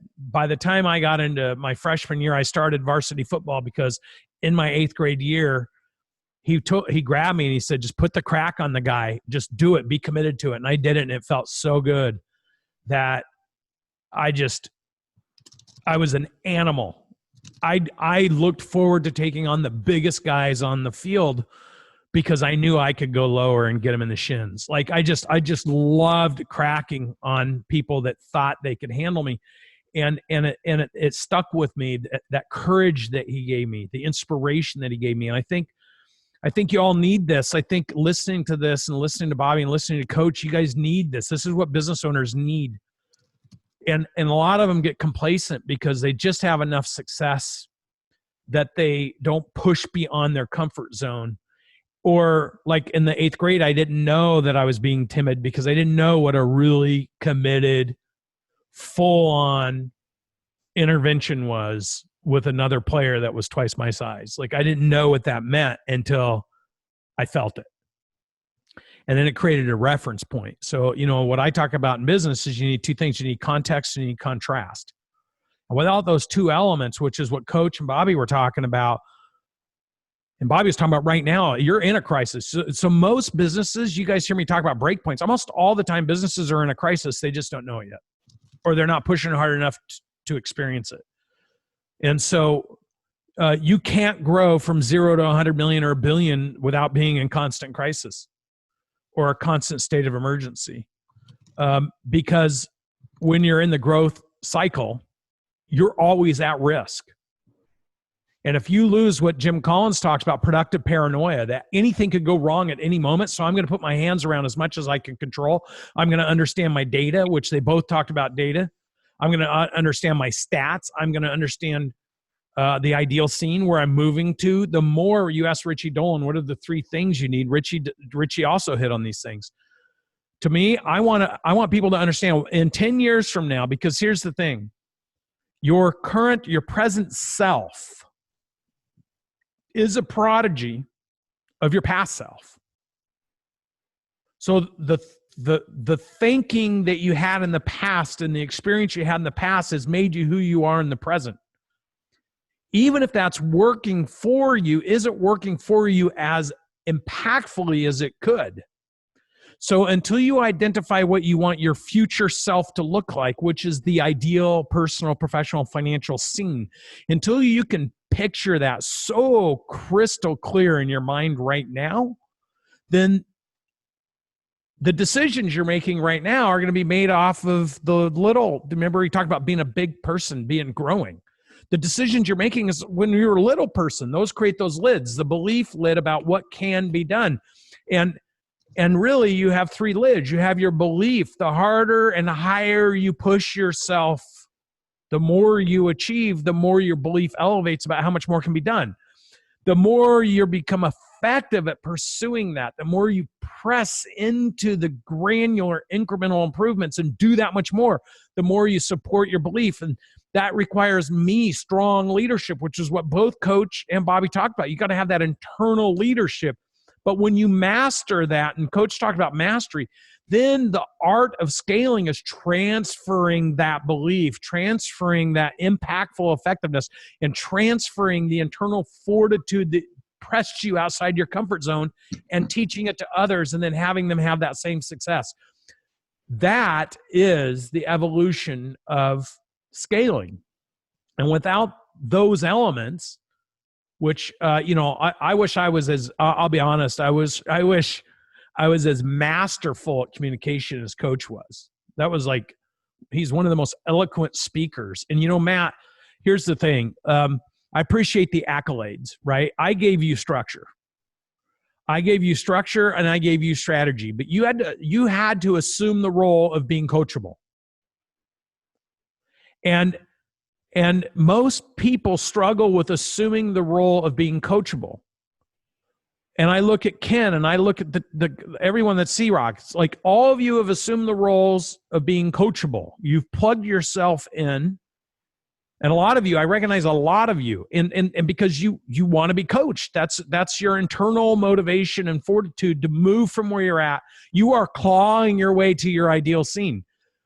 The more you can crystallize the ideal scene, the more you understand what you're moving to, which is why, Matt, I told you, your number 1 thing is $1 million of revenue, and then your number 2 thing is a years of operating cash in the bank. Those are the only 2 things you need to worry about, because if I stretched you to, hey, Matt, 50 million, you're going to get overwhelmed. So I know you want to get to 50 million. You can't get to 50 till you get to 1. You can't get from 1 safely to 3 or 5 if you don't have a years of operating cash and you don't have the confidence to hire the right people and be able to show them exactly how you did it. So when I listen to Coach and I listen to Bobby and Sophia, it's just when people are real and they've done it, when you're trained in doing it, it's just so obvious. So I just wanted to nail 3 things down, and I'll open it up for questions. And Richie Dolan also. Richie spent his career getting people's minds right. He's one of the most articulate guys I know. But I tell you what, I might just be calling up Coach Burt, getting a little love time with him, because he's just right on. His communication's remarkable. Bobby's enthusiasm. So here it is. Here it is for me. I'm a simple guy, 2.4 high school GPA. If I could just tell you my ideal scene, I'd sound like Coach Burt. I'd have Bobby's enthusiasm, and I'd use bigger words like Richie Dolan. Love it. So ideal scene, because your future, and Coach talked about this, your future actually lies in your present moment. This is what's in the emergency business response. This is what Coach was talking. When you don't have an ideal scene, you're not making the decisions today that will move you there. You got to be committed. It's going to take you 10 years to get there. You got to be committed to what that looks like, but your decision making, your present self needs to make different decisions, which is what Bobby was talking about, than your past self, which either created the confidence that you can make a decision or it completely lowered and diminished your capacity to make a decision today. How many people you talk to when you go, this is what you do, and you're going to rush it, and they're like, okay, well, I'll think about it. It's because the very person that they have to trust thinking about it with has let them down so many other times, they can't make the decision, a good decision, to say yes. So what does that mean in Grant Cardone's world? It means you guys are told no, or I want to think about it, which is what he teaches you with 10X rule and sell or be sold. A no is not a no. It means I need more information, or I don't understand, or most importantly, I don't have enough confidence in myself to do what I need to do to make it work. Does this make sense? So the beautiful thing is you get all these people involved here, and what you guys are learning are for some of the best brains in the world. And I just commend you, Matt, for bringing these people together.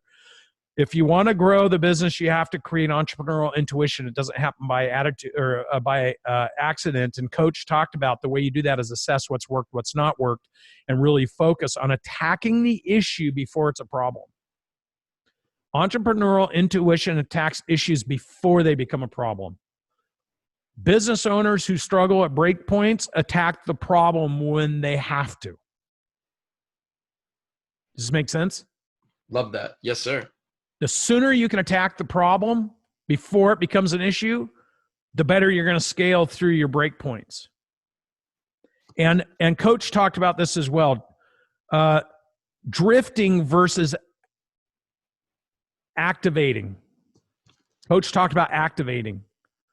A lot of people are, oh, I'm doing well, things are good, they're in drift mode. Bobby talked about it. That's what, Bobby, I don't know if he's still on here, but that was probably one of the biggest struggles he had, was when things are going well, it's like, why change things? Why press into things and get distracted and go do other things, versus leaning in and activating what you do really well, isolating that and making it more impactful and more profound.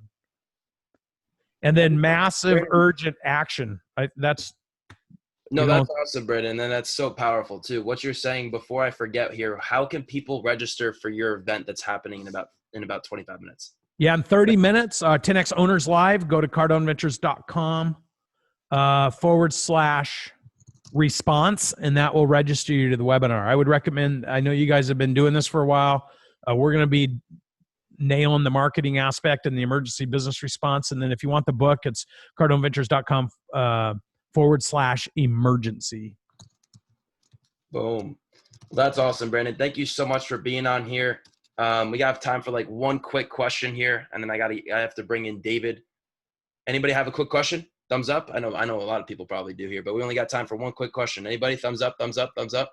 Brandon, I've got a question for him, Matt. Brandon, one of the things that I love about you that you do that I think is phenomenal is like your entire team. Everybody knows about your business you've sold, but your entire team that was with you before is with you now. Talk about, why are they with you now? That's the one thing that I love about you, probably above everything else, is they're still with you. Can you talk about why they're still with you? Yeah, because one of my 6 core values, and Bobby talked about core values, you guys know what they are: inspiration, discipline, accountability, transparency, alignment, and results. Because they know, just like I know if I was working with Coach or Bobby, I know we're going to get results. And I know if I have high level of trust, because we can align the success with my personal, professional, financial goals, which is part of our core values, putting your PPFs into those 6 words. If I'm fighting for you to win at your goals every day, why would you leave me? That the mistake is, but if you're working for me, fighting for my goals, then you should leave. And that's why they're still with. And I would tell each and every one of you, when you make everyone else's goals that you're working with bigger than yours and you're fighting for their goals, that's scaling, because you got 100 people fighting for your goals if you're fighting for 100 people's goals. And people won't leave you if you impact their life, because they'll love you. and they'll appreciate you. Matt, I know you got some other people coming. I'd love to see everybody on the show. Sorry we didn't get more questions in. Your other speakers, though, they were so amazing. It's just hard. I don't know that I'd answer anything different than what they said. So I just appreciate you having me on your show. Yes, sir. Well, you've done way more than I can ever have asked you, and you're calling me and texting me, and you're doing a million different things. So it's the absolute least I could do, Brandon. 8 p.m. Eastern, everybody needs to be on a show tonight. He is the brains and the person that allowed me to grow my business and reach the goals that I've been fighting for the past 3.5 years. You need to stay around, Brandon. Hey, I just want to say one thing. I just hope all of you have the courage, the self-inspiration and motivation to find great coaches and listen to them and plug yourself in. I'm really proud of Matt. He knows that. That's why anytime he reaches out to me, I respond to him because of who he is. And I really appreciate and love all of you guys. I know most of you are part of the 10X family. So thanks for having me on, guys. Thank you for being here, Brandon. Take care. Brandon Dawson. Man, I'm going to put his Instagram in here as well. Brandon M. Dawson. Next speaker that we're bringing on here. Very, very excited to bring on here. David Meltzer. He is the co-founder of Sports One Marketing and formerly served as the CEO of the renowned Lee Steenberg Sports and Entertainment Agency, which was the inspiration for the movie Jerry Maguire. His life's mission is to empower over 1 billion people to be happy. And this simple yet powerful mission has led David on an incredible journey to provide literally one thing and one thing only, and that's value. And in all of his content, all of his information and his communication, that's exactly what you're going to receive. And as a part of this mission for the past 20 years, he's been providing free weekly trainings to empower others to be happy. And that's what his mission is. He's a 3 times international best-selling author, a top 100 business coach, the executive producer of Entrepreneur's #1 digital business show, Elevator Pitch, and host of the top entrepreneur podcast, The Playbook. His newest book, Game Time Decision Making, was a #1 new release. David has been recognized by Variety Magazine as their Sports Humanitarian of the Year, awarded the Ellis Island Medal of Honor. And most recently at the Super Bowl, David was honored as the most valuable philanthropist. So with that, without further ado, David Meltzer, can you hear me, sir? Yeah. How are you? I'm doing great. Thank you so much for being on here. I really appreciate your time. Right on. Thanks, Matt. I'm really appreciative of the time, and hopefully I can be of some assistance during this compressed time of uncertainty, accelerated change. I was just going to give a few tips, some that I've learned throughout my career. Grew up poor, made a ton of money, lost it all, and made it all back. And so I talk a lot about your relationship with money. The biggest paradigm shift that I had in my life is I used to think, like many of you, the more you give, the more you get. And learned throughout a variety of circumstances that it's really the opposite. It's the more that you get, the more you can give. And understanding the 3 different worlds that people live in, especially now, is critical, because so many people, and you saw it as we've got quarantined, they lived in the world of not enough, right? I grew up in a world of not enough. I had a single mom, 6 kids. She packed my dinner in a paper bag, worked 2 jobs, filled up her turnstiles at the convenience stores with greeting cards after she taught the 2nd grade. And no matter what happened when I was a child, I always lived in this world of not enough. I never had enough of anything. And I wanted to be rich. I wanted to be rich to buy my mom a house and a car because I thought that money bought happiness and love. 9 months out of law school, I was a millionaire. Moved from the world of not enough into the world of just enough for me. Everything in my life was reaffirmed and reinforced that money bought love and happiness. People were all around me. I gave to get all the time. I was a trader. I called myself a trader. I would donate money to charities so that I would get acknowledgement or recognition. I give my brothers down payments for their homes so that I would get recognition or respect. I would buy my mom the house and the car so she loved, and I was the favorite child. Whatever it was, always revolved around this association with money. And 2 years before I lost everything, I almost lost my wife, and she's the one that helped me understand that I had to learn to receive. I had to learn to shift the paradigm of value because I couldn't give what I didn't have. And that it wasn't about trading anymore. It was about living in a world of more than enough of everything for everyone. Instead of things just for me, buying things I didn't need for impressing people I didn't like, I started to allow things to come through me. with value. I call it appreciation. I was grateful for everything I had, and I added value to it and gave it away. And this shift in paradigm is critical. I lost over $100 million 2 years after I bottomed out. I'm one of the rare people whose lives didn't change when I went bankrupt. It changed 2 years before. I actually called it the preparation for that incident in my life. And now here in 2020, even more prepared 12 years later to live in the world of more than enough. I've come up with 5 different things that really I've utilized that I think would help everyone during this time to make a lot of money, help a lot of people, and have a lot of fun. As Matt said, I've been training people for free for over 20 years. I do free trainings every Friday. Thousands of people come every Friday now. You guys are all welcome to come. This week's on scaling your business, and they vary in a variety of different things. But the number one thing you should be doing every day of your life is taking inventory of your values. You have 4 different values: your personal values, your experiential values, your giving values, and receiving values. The irony of the 4 categories of values is that 99% of everyone's time is worried about financial values or what they're going to get, and they want to give to get it instead of get it. And ironically, if I asked anyone which one of those values they'd like to bankrupt or would bankrupt, nobody would bankrupt their personal values, their health, their integrity, their love, their family. Nobody would bankrupt the experiences they've had, the experiential values. Nobody would bankrupt their legacy of what they've given and created in the world. But everyone would give up their financial values, those receiving values. Ironically, we spend about 99% of our time focused in on the wrong things for the wrong reasons. And we're all searching for this why. Well, I'm going to break it to all of you. You already know your why, right? Why is an excuse for not knowing your what. Your why is to help somebody with something. That you all know it inherently, and you want to buy somebody something, you want to save somebody, you want to do something, you want to build communities in Africa. There's a ton of whys. You know what they are. You just don't know what to do. And there's nobody there telling you, well, I'm here to tell you 5 things to do that are guaranteed.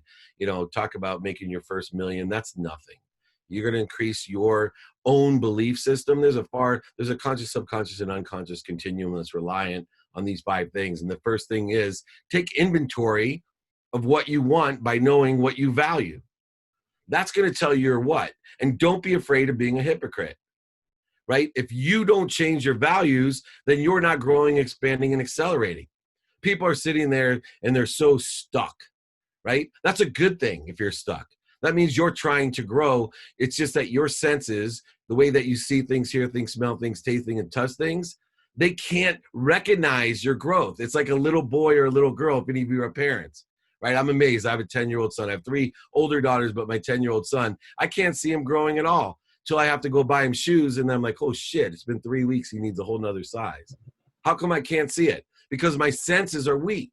And what's worse is my memory is even weaker, because my memory can't remember yesterday how tall he was, because he grew 3 inches in 2 months and I didn't see any of it. So instead of relying on inaccurate senses and inaccurate memory, trust the fact that you're stuck, which means you're accelerating and growing. And growth and acceleration happen in an exponential manner.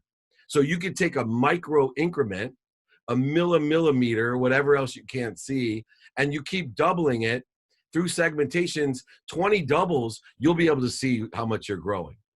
And if your thermostat's your bank account, I trust you, you take a penny, go ahead and double it and watch where you're going. But you got to get to 2 pennies and 4 pennies and 8 pennies. If you're building your brand, start with 2 ambassadors. That will get you 2 more people that love you, which will give you 2 more people. Take it to 20 segments. It's 2 million people. You'll be one of the most popular brands ever. All by knowing your values. Every day, take inventory, personal, experiential, giving and receiving, knowing you can't give what you don't have. So make sure that you're receiving to give, not giving to receive. It's not a trade. When you know your values every day and you're not afraid of being a hypocrite and you don't rely on your senses and you love the fact that you're stuck, now you can take what you want and go to the second step, which I call ask and attract. I'm going to tell a quick story. People don't ask. Right? Home Depot has 4 checkouts. They have the consumer checkout, they have the contractor checkout, the garden checkout, and the self-checkout. They sell warranties on appliances and barbecues and tools. The number one checkout that sells the most warranties, 3 times the aggregate of the others, is the self-checkout.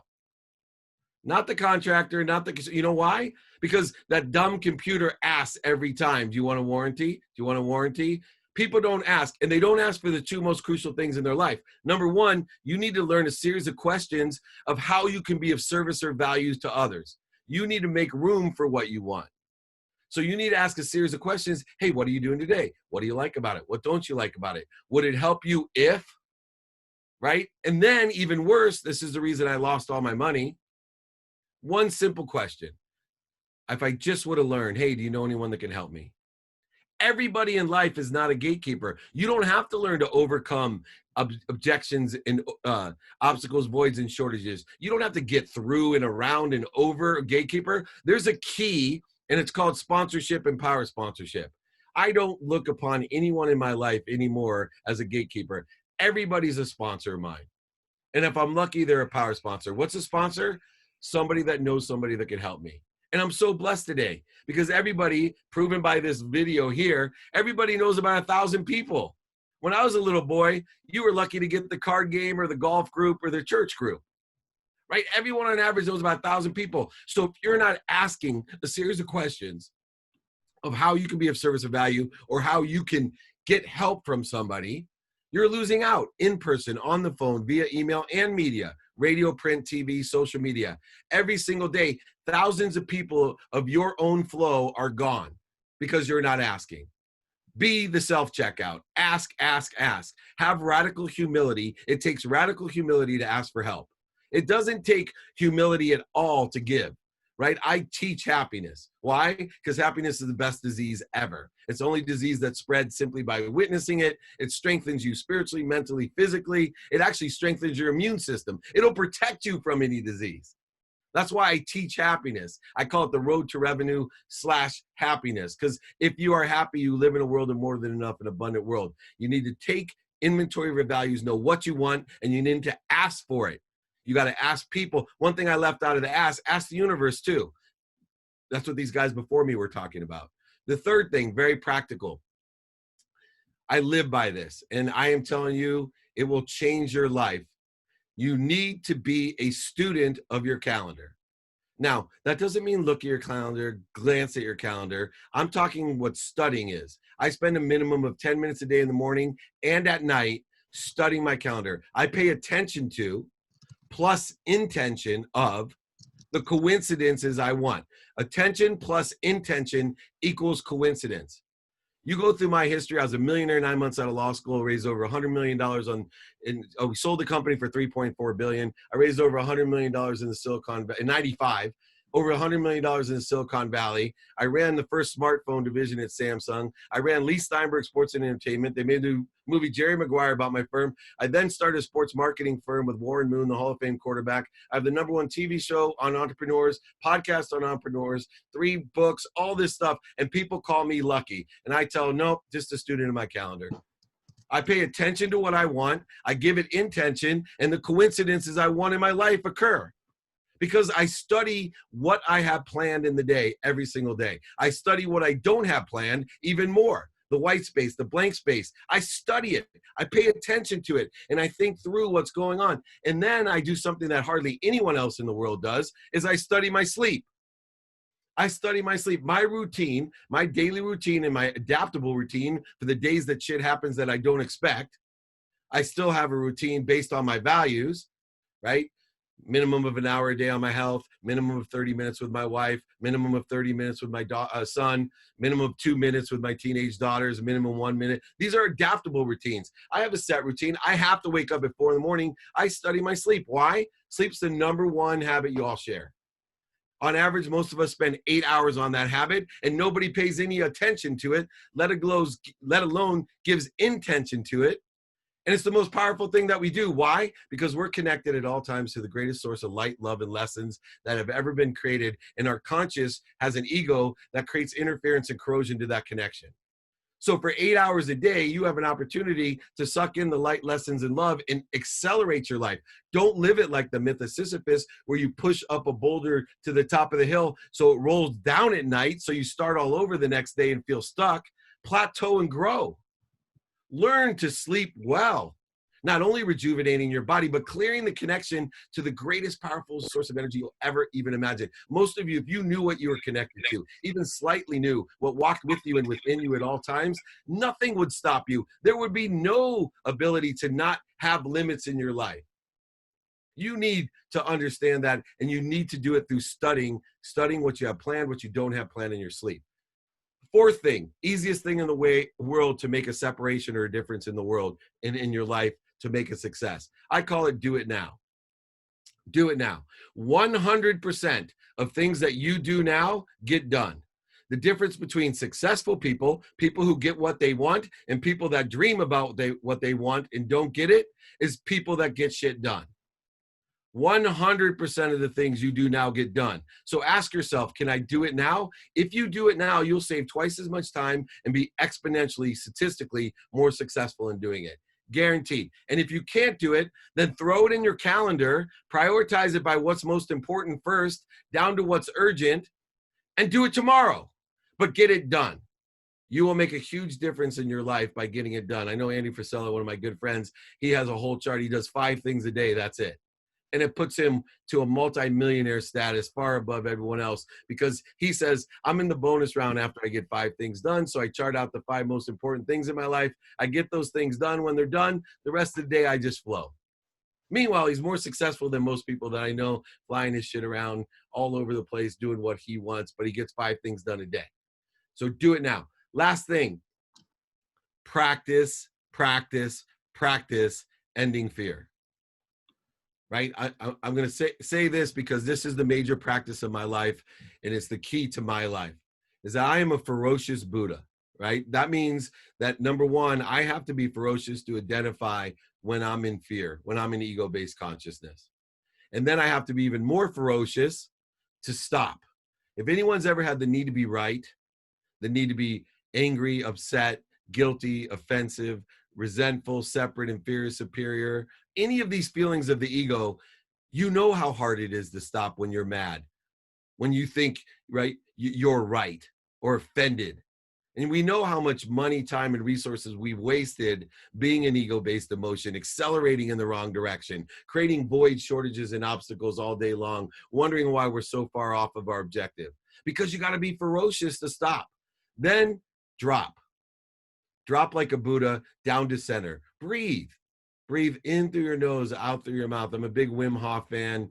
You know, I am a breather. I do 6 breaths of the ferocious Buddha. I get to center, and then I'm ferocious about the law of Goya, getting off my ass and rolling in the right direction, and implementing, taking inventory of my values, asking and attracting, student of my calendar, and do it now. Those are the 5 things that when you do, you'll understand what capabilities you have, and then it'll be easy to be synergistic and supplementary to your capabilities, your skills, your knowledge, and the desire to must be what you can be in order to effectuate exactly what you want, if not more. That's the secret of happiness, making a lot of money, helping a lot of people, and having fun. You cannot be poor enough to make someone rich, but I promise you, you can be rich enough to make a ton of people rich. You can't be sick enough either to make anyone well. You can't give what you don't have. So live with gratitude, forgiveness, accountability, and this type of inspiration. You will get what you want. These are 5 easy things to do, to practice. I'm going to finish real quick. Maddie, do I have time, or are you good now? You're muted. I do that all the time. Sorry about that. I was saying, yes, sir. Absolutely. You're killing it right now. Okay. I just want to share a story with you and end it on this, because a lot of times people throw this stuff at you, high energy. There's a difference between motivation and inspiration, right? Motivation, I know I can be motivational. I can get you up and I can get you back up, but I want to leave you with something inspirational that will get you there. Something inspirational that will clear the connection to the greatest source. I'm going to tell a quick story that applies to all 5 of these things in my life, and it will show you how powerful it is. I have a set routine. I wake up at 4 in the morning. I meditate for 20 minutes, finding my highest frequency for the day. I take 10 minutes to get ready. I go to the gym from 4:30 to 5:30. 5:30, I come home. I do research. I study my calendar. I study for books, interviews, etc. 6:30, 7:30, I turn everything off and spend time with my family. 7:30, I do coaching. 8 o'clock, I implement the student of the calendar. 4:45, I am done with the student of the calendar. I coach again. I then take off from 5:30 until 7 every day. Everything's closed down, family time, pause, etc. 7:30 to 9 is all research again, student of my calendar. 9 o'clock, I have a wind down routine because I study sleep, and I try to pass out. Well, I try to stay up now because I'm so old. I try to stay up to 11. I usually pass out before then. My wind down routine is really solid as I get older. Anyway, I wake up on a Saturday morning, 4 a.m., meditate, get ready. I am at the highest frequency, the highest vibration. My awareness is super, and I'm in an unbelievable state of mind, a peaceful mind, going to the gym. I walk outside. My 17-year-old daughter's car is missing. I immediately go into ego-based consciousness. I'm picking up my phone. I'm pissed. And I'm about to call and say, where the F are you? Where the F is your car? And then I'm ferocious and I say, whoa, whoa, whoa, whoa, stop. Stop. Right? Calm down. Calm. And I breathe. And I ask myself, why are you so mad? And then I say to myself, I'm not mad. I'm terrified. I'm terrified something's happened to one of the most important people in my life, and I'm responsible for her. And I calm down, I breathe, and I pick back up the phone in a different state of mind. And I call her and I say, hey, sweetheart, where are you? I'm in bed. Oh, where's your car? Oh, Daddy, it's at the grocery store. You told me when kids are drinking that I should Uber home. Oh, God, I'm glad you're okay. Oh, I'm proud of you. Thank you so much. Oh, thank you. I'm sorry for waking you. Thank you, Daddy. I love you. I love you too, sweetie. And I hang up. Now, I'm not stupid. I know what kids are drinking means. But my life could have seriously changed. And I've seen so many people I coach, billionaires, millionaires, successful executives, entrepreneurs, ruin their lives outside of how brilliant they are in business because their egos are not in check. If I would have picked up that phone and said, where the are you? Where the is your car? She would have said, what the F are you talking about? I left it because you told, well, I'm taking your car. I'm taking your phone, right? And the phone call would have ended with my 17-year-old saying, F you, Dad, I hate you.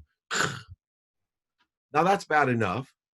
But what's worse is the next time kids are drinking, my daughter decides, I'm going to jump in the car because I don't want to get in trouble.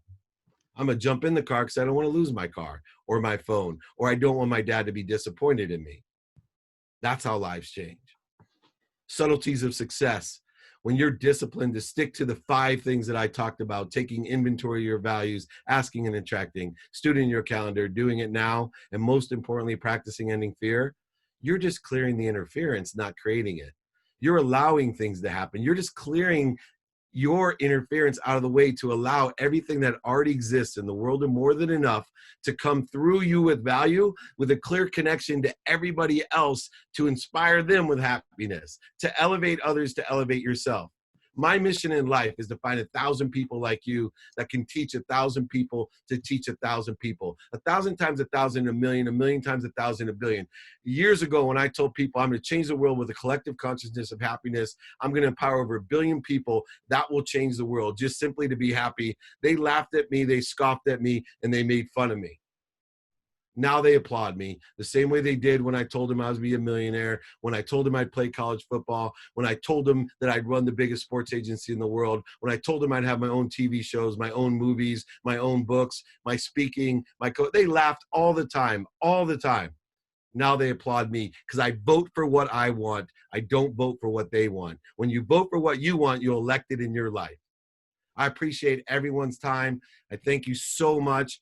Go grab that other training at 5 o'clock here, 8 o'clock Eastern time. Please join me on Fridays. They're free. My trainings are replayed too by 11 a.m. Pacific, 2 p.m. Eastern time. I don't sell anything on them, but these are the type of things that we teach: pragmatic, inspirational, faithful, the blend of faith and currency of money. Join me anytime. I love you all. Thank you. I love that. Thank you so much for being here, David. I just put that in the chat as well. What an inspiring story and inspiring person. And would love to bring somebody on here in a second. You guys know who he is. Very excited to bring him on here. But before I do, and before we all go to Brandon's call or go to eat or go and do whatever it is we're going to be doing here, I just want to mention something real quick. Just a quick announcement. Free social media evaluation. If you want to know how to 10x your social media in all seriousness, you want to know how to bring in more revenue, more business, more leads, more exposure, like we've done for so many people that are on this stage, that have spoke on this stage tonight, that have made them millions of dollars through their social media. I will give you the exact blueprint of what you got to do. I'll personally do it for the first 3 people. You already had 6 people texting me. I'll do it for the first 10 people. So text 908-914-1888, and I'll put that together for you. We also have a social media masterclass. It's a $4,000 program. Anybody in here right now, you guys are my supporters. I'll do it for you for $2,000. What you're going to get from that is I will spend the whole day with you on a Zoom call intimately with just a few people, and you're going to leave knowing exactly what it is you need to do with a playbook and the knowledge of how to generate more leads, more revenue, more exposure for your business. I'll answer all your questions. I'll share with you the exact things we do. That's a $4,000 program you can get for $2,000. Again, you can text 908-914-1888 about that. A few other quick announcements real quick before we bring this legend on stage here in a second. We also have other packages as well where we actually manage all of the programs and all of the social media outlets for you. So we can fly my team out there and we can do video content, photo content creation for you. We can edit it out, all that content for you. We can do paid ads, direct messages. We can get you more followers. We can do a lot of things, and we can take full control. We have packages that range from about $7,500 up to about $50,000. We just had a person sign up about 2 weeks ago for our $50,000 program. We're taking everything. We're taking control of everything.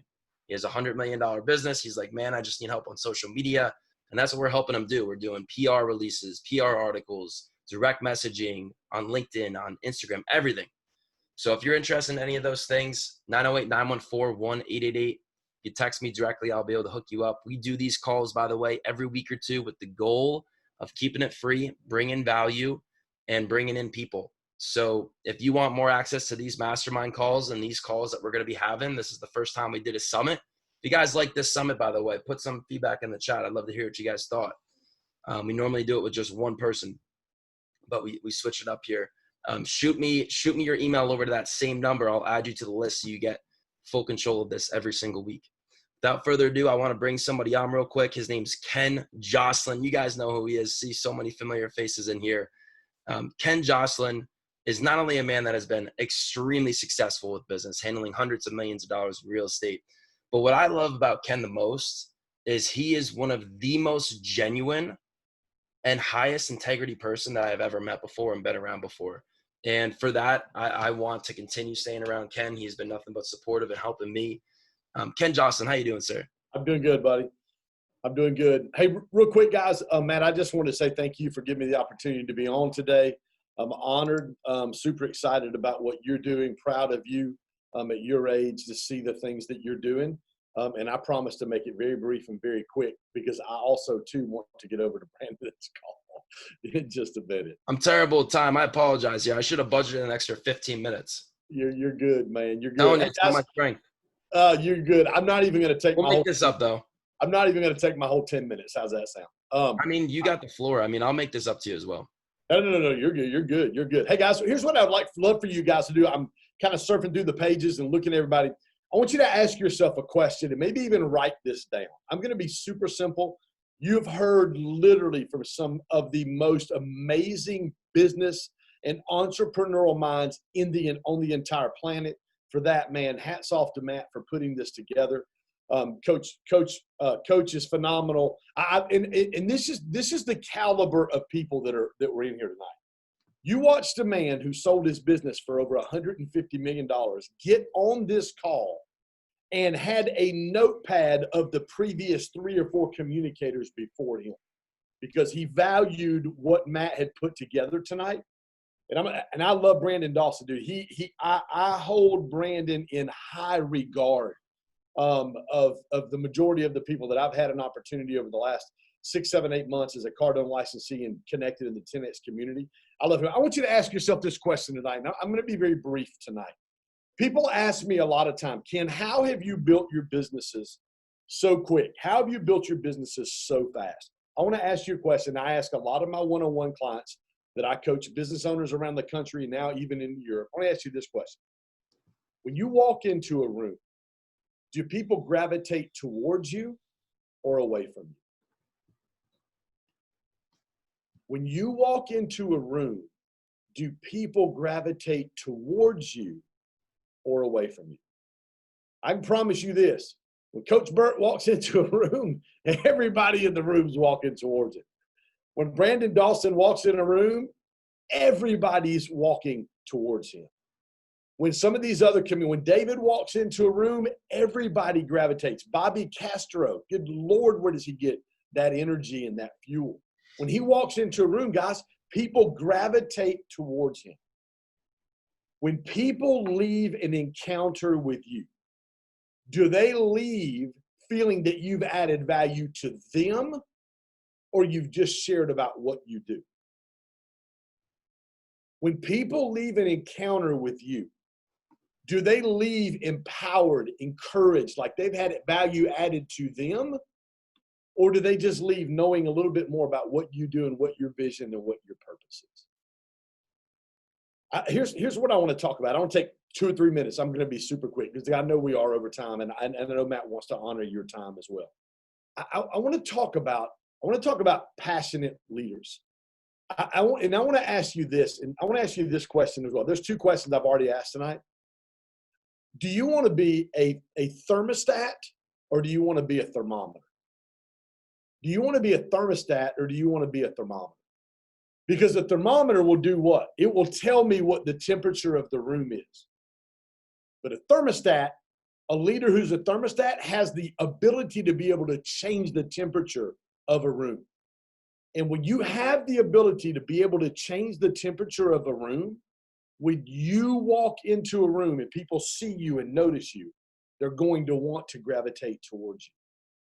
Guys, I tell you something, when in building business, whether it be in the nonprofit world, whether it be in the mortgage business, whether it be in the real estate business that I am now, whether it be in the coaching business, whether it be in all of the 3 or 4 businesses that I own now, the number one thing people are looking for, not just your team, and I asked that question of Brandon earlier. Hey, talk to me about, you sold your business for $150 million, and yet your senior leadership team is still with you 4 years later. Why is that? Because when Brandon walks into a room, people gravitate towards him. When Brandon walks into a room and people leave an encounter with Brandon, they walk away feeling empowered. They walk away feeling encouraged. They don't walk away knowing more about Cardo Ventures. They just don't.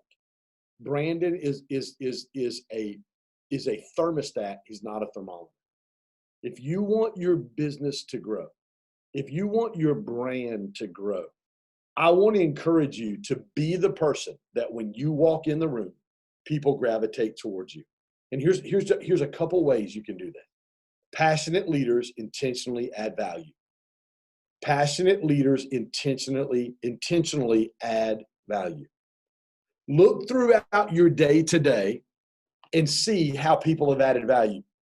When Coach Burt got off the call just a minute ago, he DM'd me and he added value to me. Great to see you, Ken. Man, I love you. Don't give me a technical foul next time you see me. Hey, great question tonight. Can't wait to talk this week. I spent a Saturday, I flew out to San Diego. This book, The 3 Feet from Gold. Brandon Dawson's been talking about this book for a while. I spent an hour and a half at Greg Reed's house, the author of this book, on Saturday. Why? Let's go. Because I had him on my weekday live. I had him on and literally, guys, listen to this. And I'm going to be done. I'll share the story and I'm done. My intention when I had Greg on the call was dude, I would love to come out to Carlsbad, California and grab coffee or grab lunch. I'd love to be able to come out and pick your brain. Literally, if you saw the interview I did with Greg, about 2/3 of the way through the interview, he goes, you know what, Ken, I just really don't like it when people go, hey, I'd love to pick your brain, or I'd love to take you to coffee, or I'd love to take you to lunch. And I was like, crap, there goes my opportunity. But what I did was I gave Greg an opportunity to be able to come on my platform to talk about his book. His assistant sent my executive assistant, Stacy, a message, said, hey, can Greg talk about the book? I said, Greg can talk about whatever he wants to talk about. I just want to get him to come in and add value to our Grow Stack Drive audience. I just want to get him to come in and add value. He can talk about whatever he wants to talk about. We connected in such a way on that interview when I had him on 2 weeks ago. We connected in such a way when we got done, I DM'd him. I always send video messages. Again, passionate leaders intentionally add value. I sent him a video message. I said, Greg, dude, I just want to say thank you for taking time out of your schedule. I know you're slammed, and adding value to our Grow Stack Drive audience. I just want to say thank you. He immediately DM'd me back. And he said, Ken, anything that you need, you let me know. He sent me his cell phone number, and he said, I'd love to spend time with you. And that was a question I was going to ask, and I didn't because of what he said.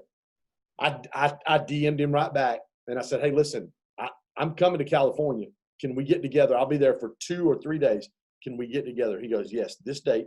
I've got an hour. Here's my home address. I'd love to connect. Now, guys, listen to this, guys. And I'm not saying this to brag. I'm not saying this to do anything. People say, Ken, how have you grown business so fast? You know how I've grown? Because of guys like Grant Cardone, because of guys like Matt Buchanan, because of guys like Brandon Dawson, because of guys like Bobby Castro, because of guys like Greg Reed. I text Greg right before I came on tonight. He had DM'd me. And I said, hey, listen, dude, I'd love to connect this week. Just let me know what's time. This is exactly what he texted me back. As a matter of fact, I'm going to read this to you real quick. Because, guys, and the reason I'm going to read this verbatim of what Greg just told me was, he said this, absolutely, we are friends now. You can call at any time. Listen, be a thermostat.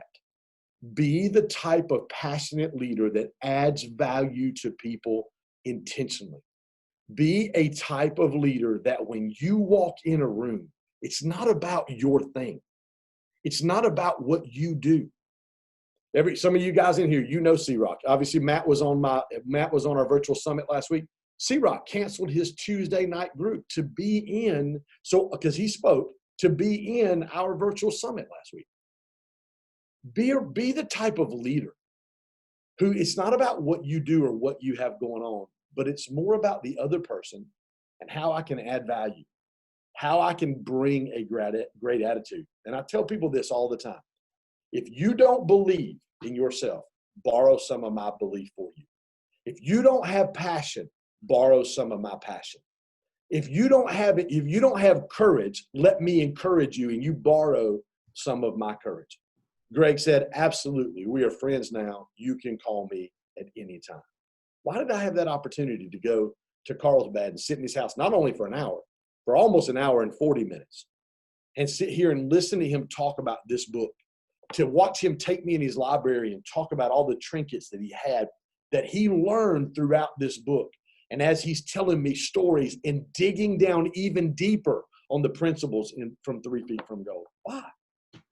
Because I intentionally added value and gave him a platform to where when he came in that encounter, he felt like we had added value to him, and it was genuine and it was authentic. So ask yourself this question. When I walk into a room, do people gravitate towards me or do people gravitate away from me? Be the kind of person that when you walk in a room, do people want to go see you? They want to talk to you. They want to be around you. If you want to grow your business, if you want to grow your personal life, as Brandon always talks about, and I have gleaned from him as much or more than anybody else in the last 6 or 7 months, personally, professionally, and financially. Be a leader who is intentional in adding value to other people. Love you guys. Matt, thanks for the opportunity, my friend. Amazing. Yes, sir. Thank you for being on here. And you are the example, by the way. Everything that you just mentioned, you lead by example. That's why I respect you so much, and I love what you're doing so much. I threw your Instagram in here. It's Ken Jocelyn on Instagram. You guys got to stay connected. I know a lot of people in here know you already, Ken. So thank you so much for being in here. You jumping on Brandon's live? I'm going to. As soon as I go to the bathroom, I'm about to wet my pants. Well, stay hey guys, there's real quick, Matt, if you don't mind. There's our YouTube channel. I interviewed Grant today. Phenomenal time. It was so funny. I don't know if you got to see it today, Matt, but I literally said, let's go. Because I knew I had like a certain time frame. And I said, and I know you got to go. He goes, no, I changed it. He goes, and then he just went on and on and on. And dude, it was phenomenal information today. But that interview with Grant is on there, and it's really, and just all the interviews, Matt's session last week on our virtual summit, there's some great content on there that I think will help you guys as well. But Matt, thank you for the opportunity, my friend. I love you. Love that. Yeah, love you too. Thank you so much for being on here again. Ken Jocelyn, such an amazing person. You got his YouTube in here, his Instagram in here. There's a lot more to Ken that you guys got to hear. I mean, not only business is he crushing it, but he's a great person. So you guys definitely got to stay connected to Ken. Ken, real quick before I forget too, you have a don't you have another virtual? So you have a virtual summit coming up on what? So we're doing our virtual summits. We're doing them once a month. So next month I've got Greg Reed, Garen Jones, Wes Gay, Pitch Freak, Antonio White's going to be on. Coach Burt's actually going to be on with us. Tori Cruz, who is Miss Missouri, who competed in the Miss USA pageant, she's going to be on with us as well. And I'm missing somebody else. How can people sign up for that? Oh, Josh, you can go to Virtual Summit here. I'll put it right here. How's this sound? Yeah, throw that link in there. Yep. If you guys got value from the summit today, I guarantee you'll get value from Ken's next month. I'm going to tell you what, Josh York, I interviewed Josh a couple weeks ago on my live. Josh is the fastest growing franchise gym owner in the world. Wow. His business is worth tens of millions of dollars. I interviewed Josh. Garen Jones is going to be on there. If you don't know Garen, dude, it's just going to be phenomenal value. A lot like what you experienced tonight. It's going to be a great time. It's June the 16th, Tuesday. So the third Tuesday of every month, we're doing these virtual summits and bringing on some amazing entrepreneurs and speakers to be able to add value for absolutely free to you guys. Love it. Well, thank you so much for being on here, Ken. Ken Jocelyn, you guys got his Instagram. You got his the sign up for his summits. Like you mentioned, it's free of charge. It's going to be amazing. His summits and masterminds and podcasts he has every single time he does it, he delivers with value. So thank you, Ken, for being on here. I know some of you guys are probably going to want to head over to Brandon Dawson's call, but before you do, what I want to do right now is be a resource and be of value to anybody on here that is looking for specifically, like I mentioned, and I'll say before and I'll say again, I am not the person that knows a lot of different things and knows about this and knows about that and knows about that. What I know is I know two things right now. Is I know social media and I know sales.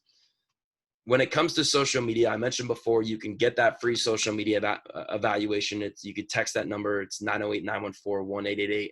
We have a social media masterclass where I can work with you hands-on, one-on-one for a whole day, share with you, teach you, coach you exactly what it is. My generation and my age is the generation that grew up with these things, that grew up with social media, that grew up with Facebook. And when my parents was like, what are you doing? You shouldn't be on Facebook when I was 12 years old. We are the people that grew up with this. So we have that masterclass. It's $4,000 program. You can get it for $2,000 right now.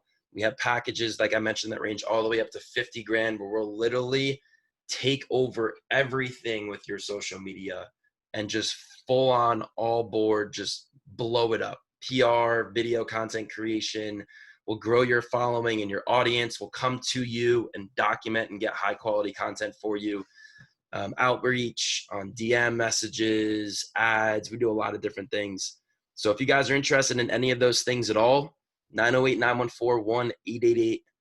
For anybody that's in here right now, end of the month, I'll hook you guys up with something, because not only do I want to reward you for taking action and being a part of this group and supporting me, but I want to help you guys blow up too. And it's something we've been doing for a lot of people.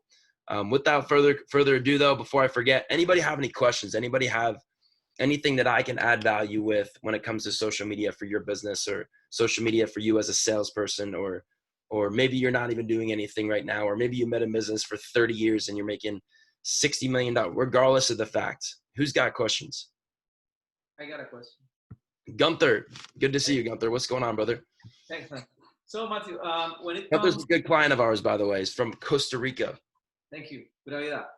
So, basically, when you are starting a brand, the audience is very important. But how will you, when you are starting, what's the best way to build your audience? Yeah, the fastest way to build your audience, it depends. Are you looking to build your audience?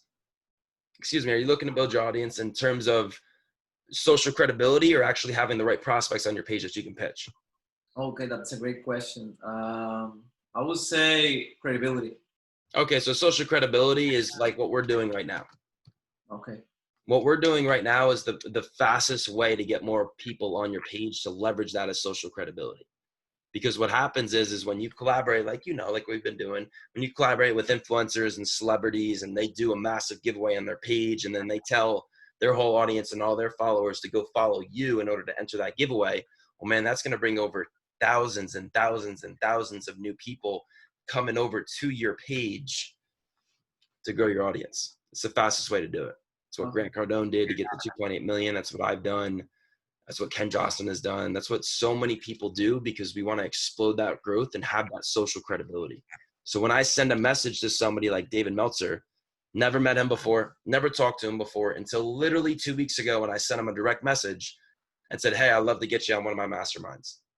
And because I had a brand built up on social media, because I had content down, because I had a lot of followers and an audience and social credibility and engagement, and I showed him I was a real person and he saw videos of me. Because of that, I got on the phone with him and his staff and we got on the call, and now we're going to be doing some business. And it's just, it's that cyclical effect. Right. So You should, if you want to continue to grow your audience, you should get into another growth campaign like what we've done for you. Okay. Because that will allow you to expedite your process.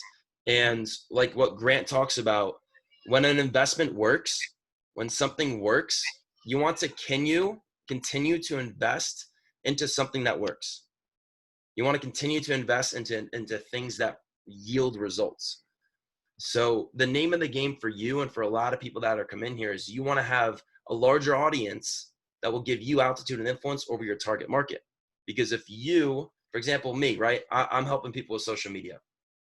If I got 3,000 followers on my page, no content, no way for people to connect with me as a person, and then somebody else does social media as well. They have 135,000 followers. They got content where they're collaborating with people like Elena Cardone, David Meltzer, Brandon Dawson, Bobby Castro, and then they're going after the target clients, their target clients, and I'm going after those target clients. We're going after the same people.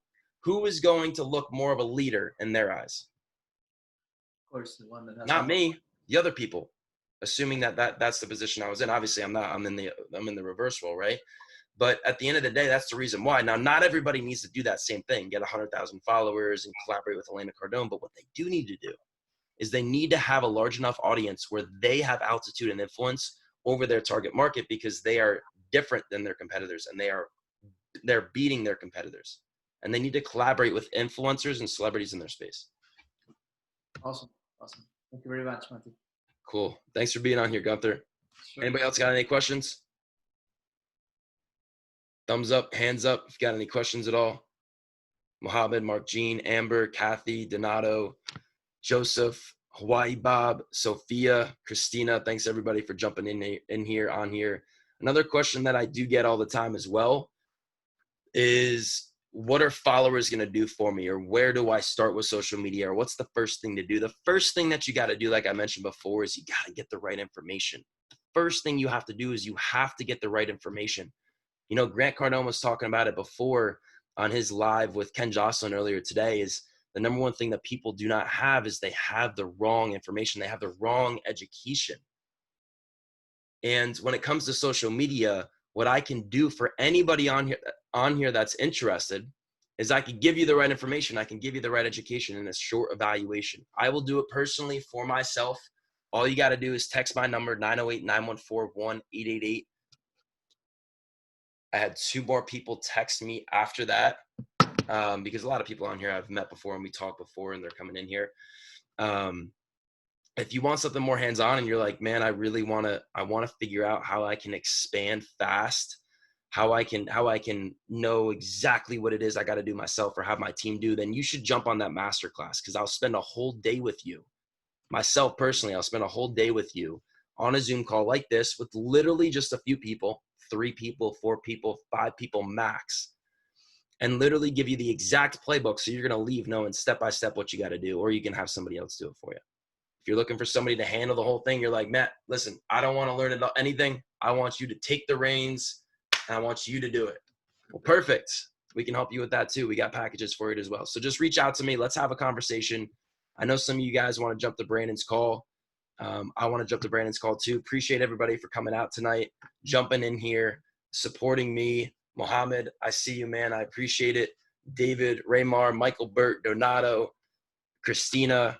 Appreciate everybody jumping in here. Donato, actually, I want to say what's up. How you doing, brother? I'm doing amazing. Thank you very much. I just want to say thank you for tonight and the invitation. A lot of great speakers, lots of great information, and thank you for putting this on for everybody. Yes, sir. My pleasure. Thank you so much for being on here. I hope you got some value tonight. Thank you for coming out. Thank you. We have these every week or two.